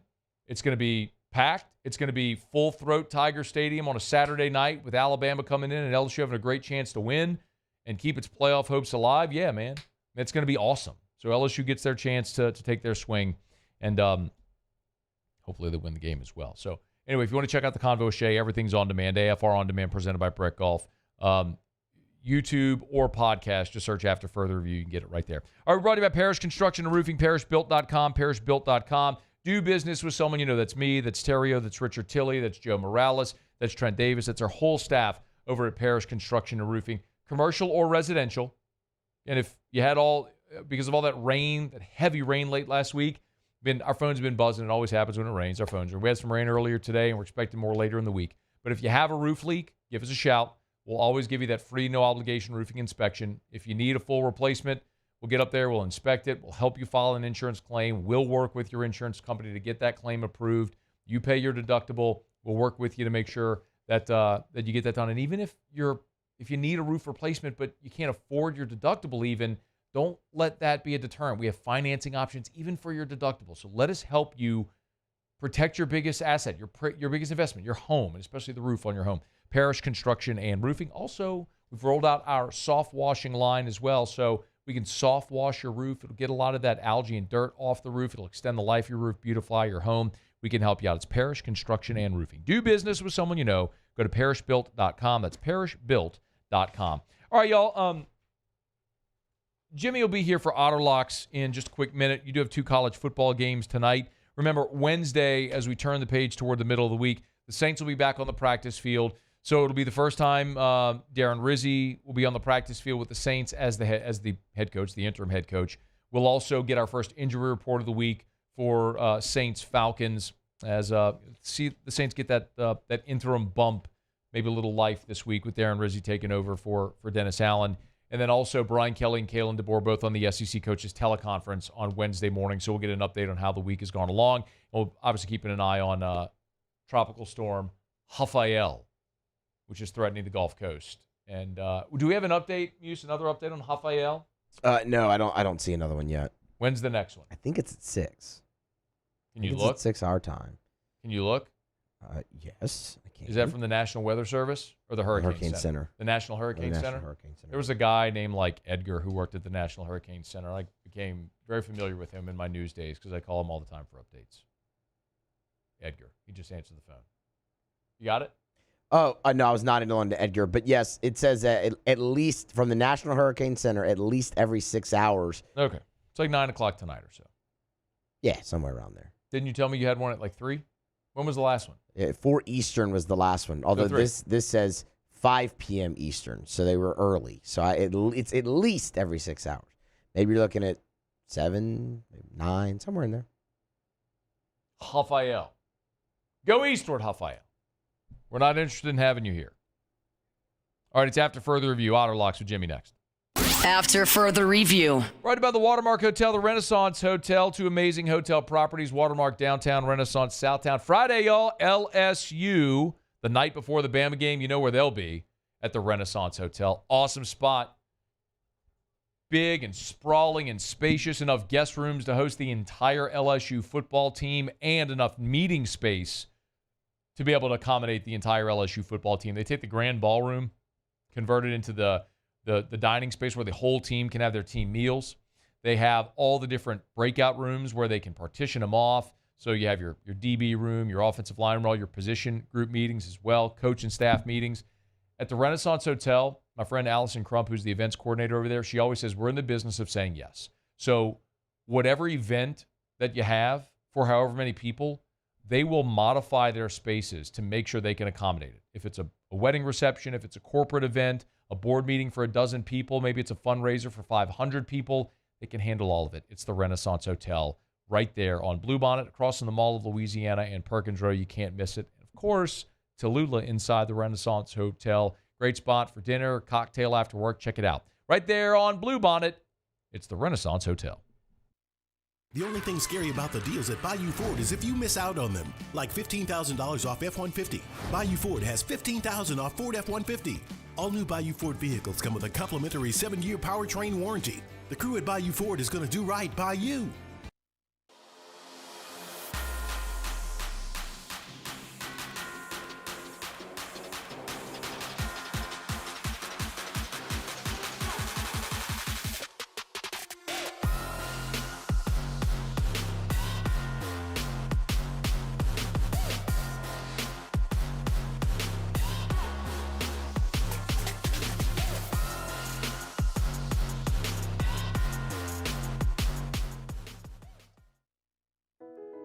I've been doing business with Luba for 25 years. They're dependable, trustworthy. It's just the attention to detail with our clients. Our folks have years and years of experience. They're highly trained professionals, but many companies have that asset.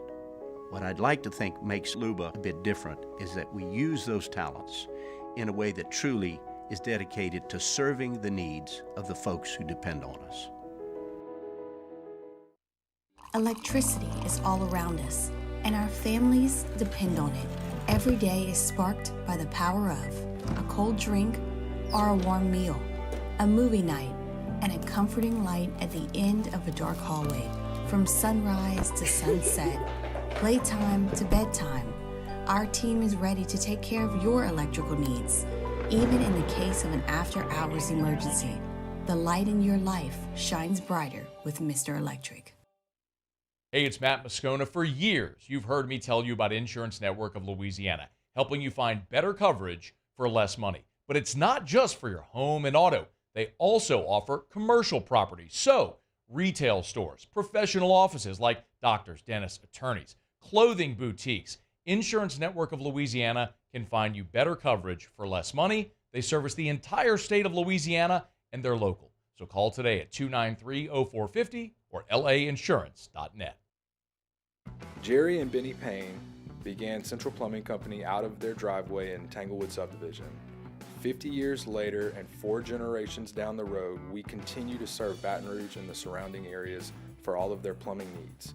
Residential, commercial, industrial, or hospitality, Central Plumbing is here 24/7, 365. We want to thank our customers, family, and friends for 50 years of success. And looking forward to 50 more.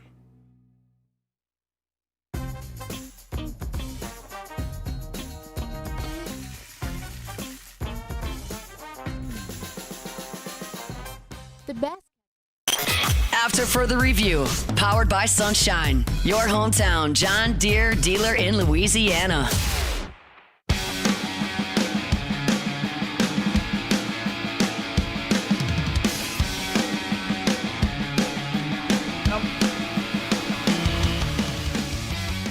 Down the stretch, we come final segment here on a Tuesday edition of AFR. Powered by Sunshine, your hometown John Deere dealer in Louisiana. One thing left to do, find out what we're betting on tonight. Time for Auto Locks. Auto Locks. All right, time to win some money. Presented by Lofton Staffing Services. At Lofton, we put people to work. Call us today at 924-0200 or go to lofton.jobs. I think it's safe to say that I won the bet. Otter, how are you? What's up, Matthew? How about you? Doing great, man. Busy couple of days, huh? Saints firing a coach, trading Marshon Lattimore, LSU-Bama. There's a lot going on, man. I think it's a hell of a job of Mickey Loomis to identify that the Saints are stellar right now. So, great job, Mick. Keep it going, baby. I mean, smacking on his gums, so defiant. I mean... Oh, yeah. Can we get rid of this guy? That Chuck Noll, Bill Belichick stretch for Dennis Allen. Don't forget about Tom Landry. Oh, my bad. I'm sorry. I mean, what a loser. Like, what are we talking? I mean, sometimes, Otter, 24 years in one place is just too long. Like, clearly, no fear of ramifications whatsoever. Like, you got to go, dog. It's over. Smacking on your gum, comparing Dennis Allen to Chuck Noll and Tom Landry. Freaking loser. Did laugh with the salary cap situation, the roster in the league by a lot, but stick around. You're gonna hire the next coach. So I mean, it's pretty hard to get behind, and don't forget this: insult your paying customers while you're at it. So unbelievable. I mean, they allow it, man.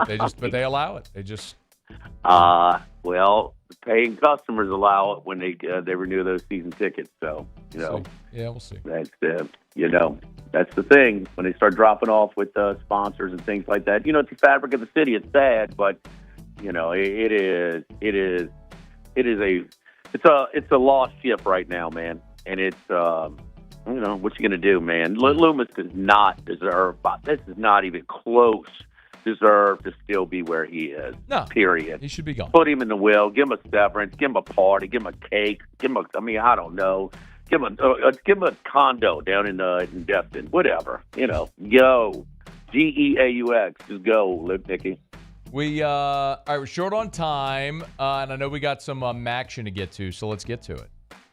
That's obvious, man. It's the big story of the night nationally. Everybody's worried, about their midweek matches. So we've been waiting for this for quite some time, and so I'm excited about the college football poll committee with their results tonight. So I'm glued into the results. That's what everybody wants to see. Midweek action.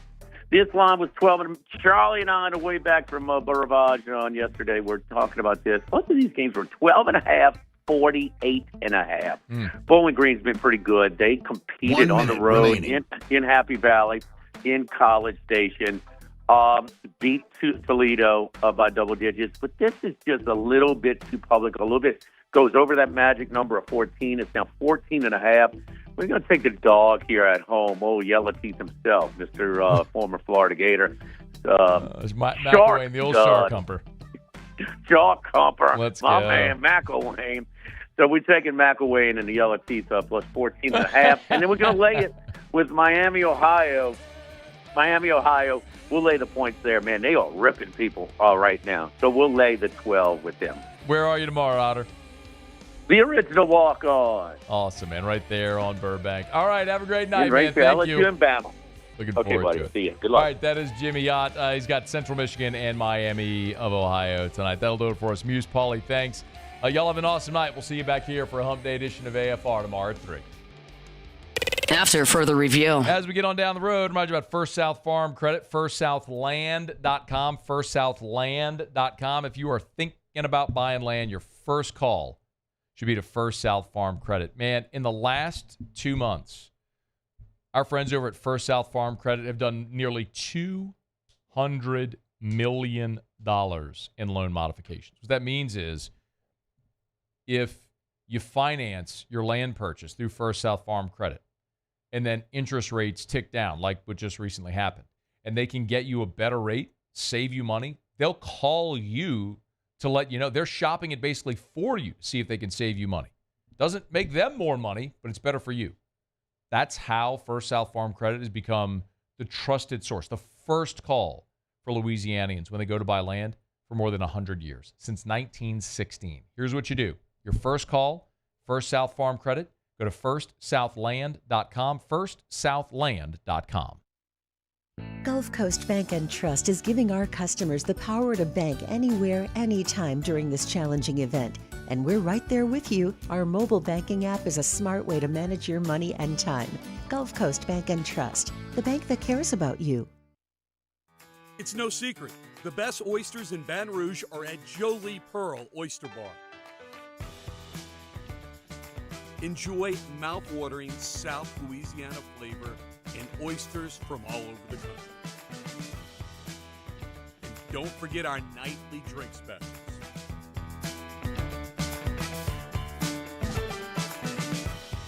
Jolie Pearl Oyster Bar, located in downtown Baton Rouge. There it is, the extra mile, on the border of expected and extraordinary, for those willing to go further, like vans customized for work or play, with safety and tech to keep you connected, supported by a 5-star sales, service, and finance team, and backed by the 1-star you know. So go the extra mile. It's never crowded, because so few have what it takes to go there. Mercedes-Benz Vans. Gulf Coast office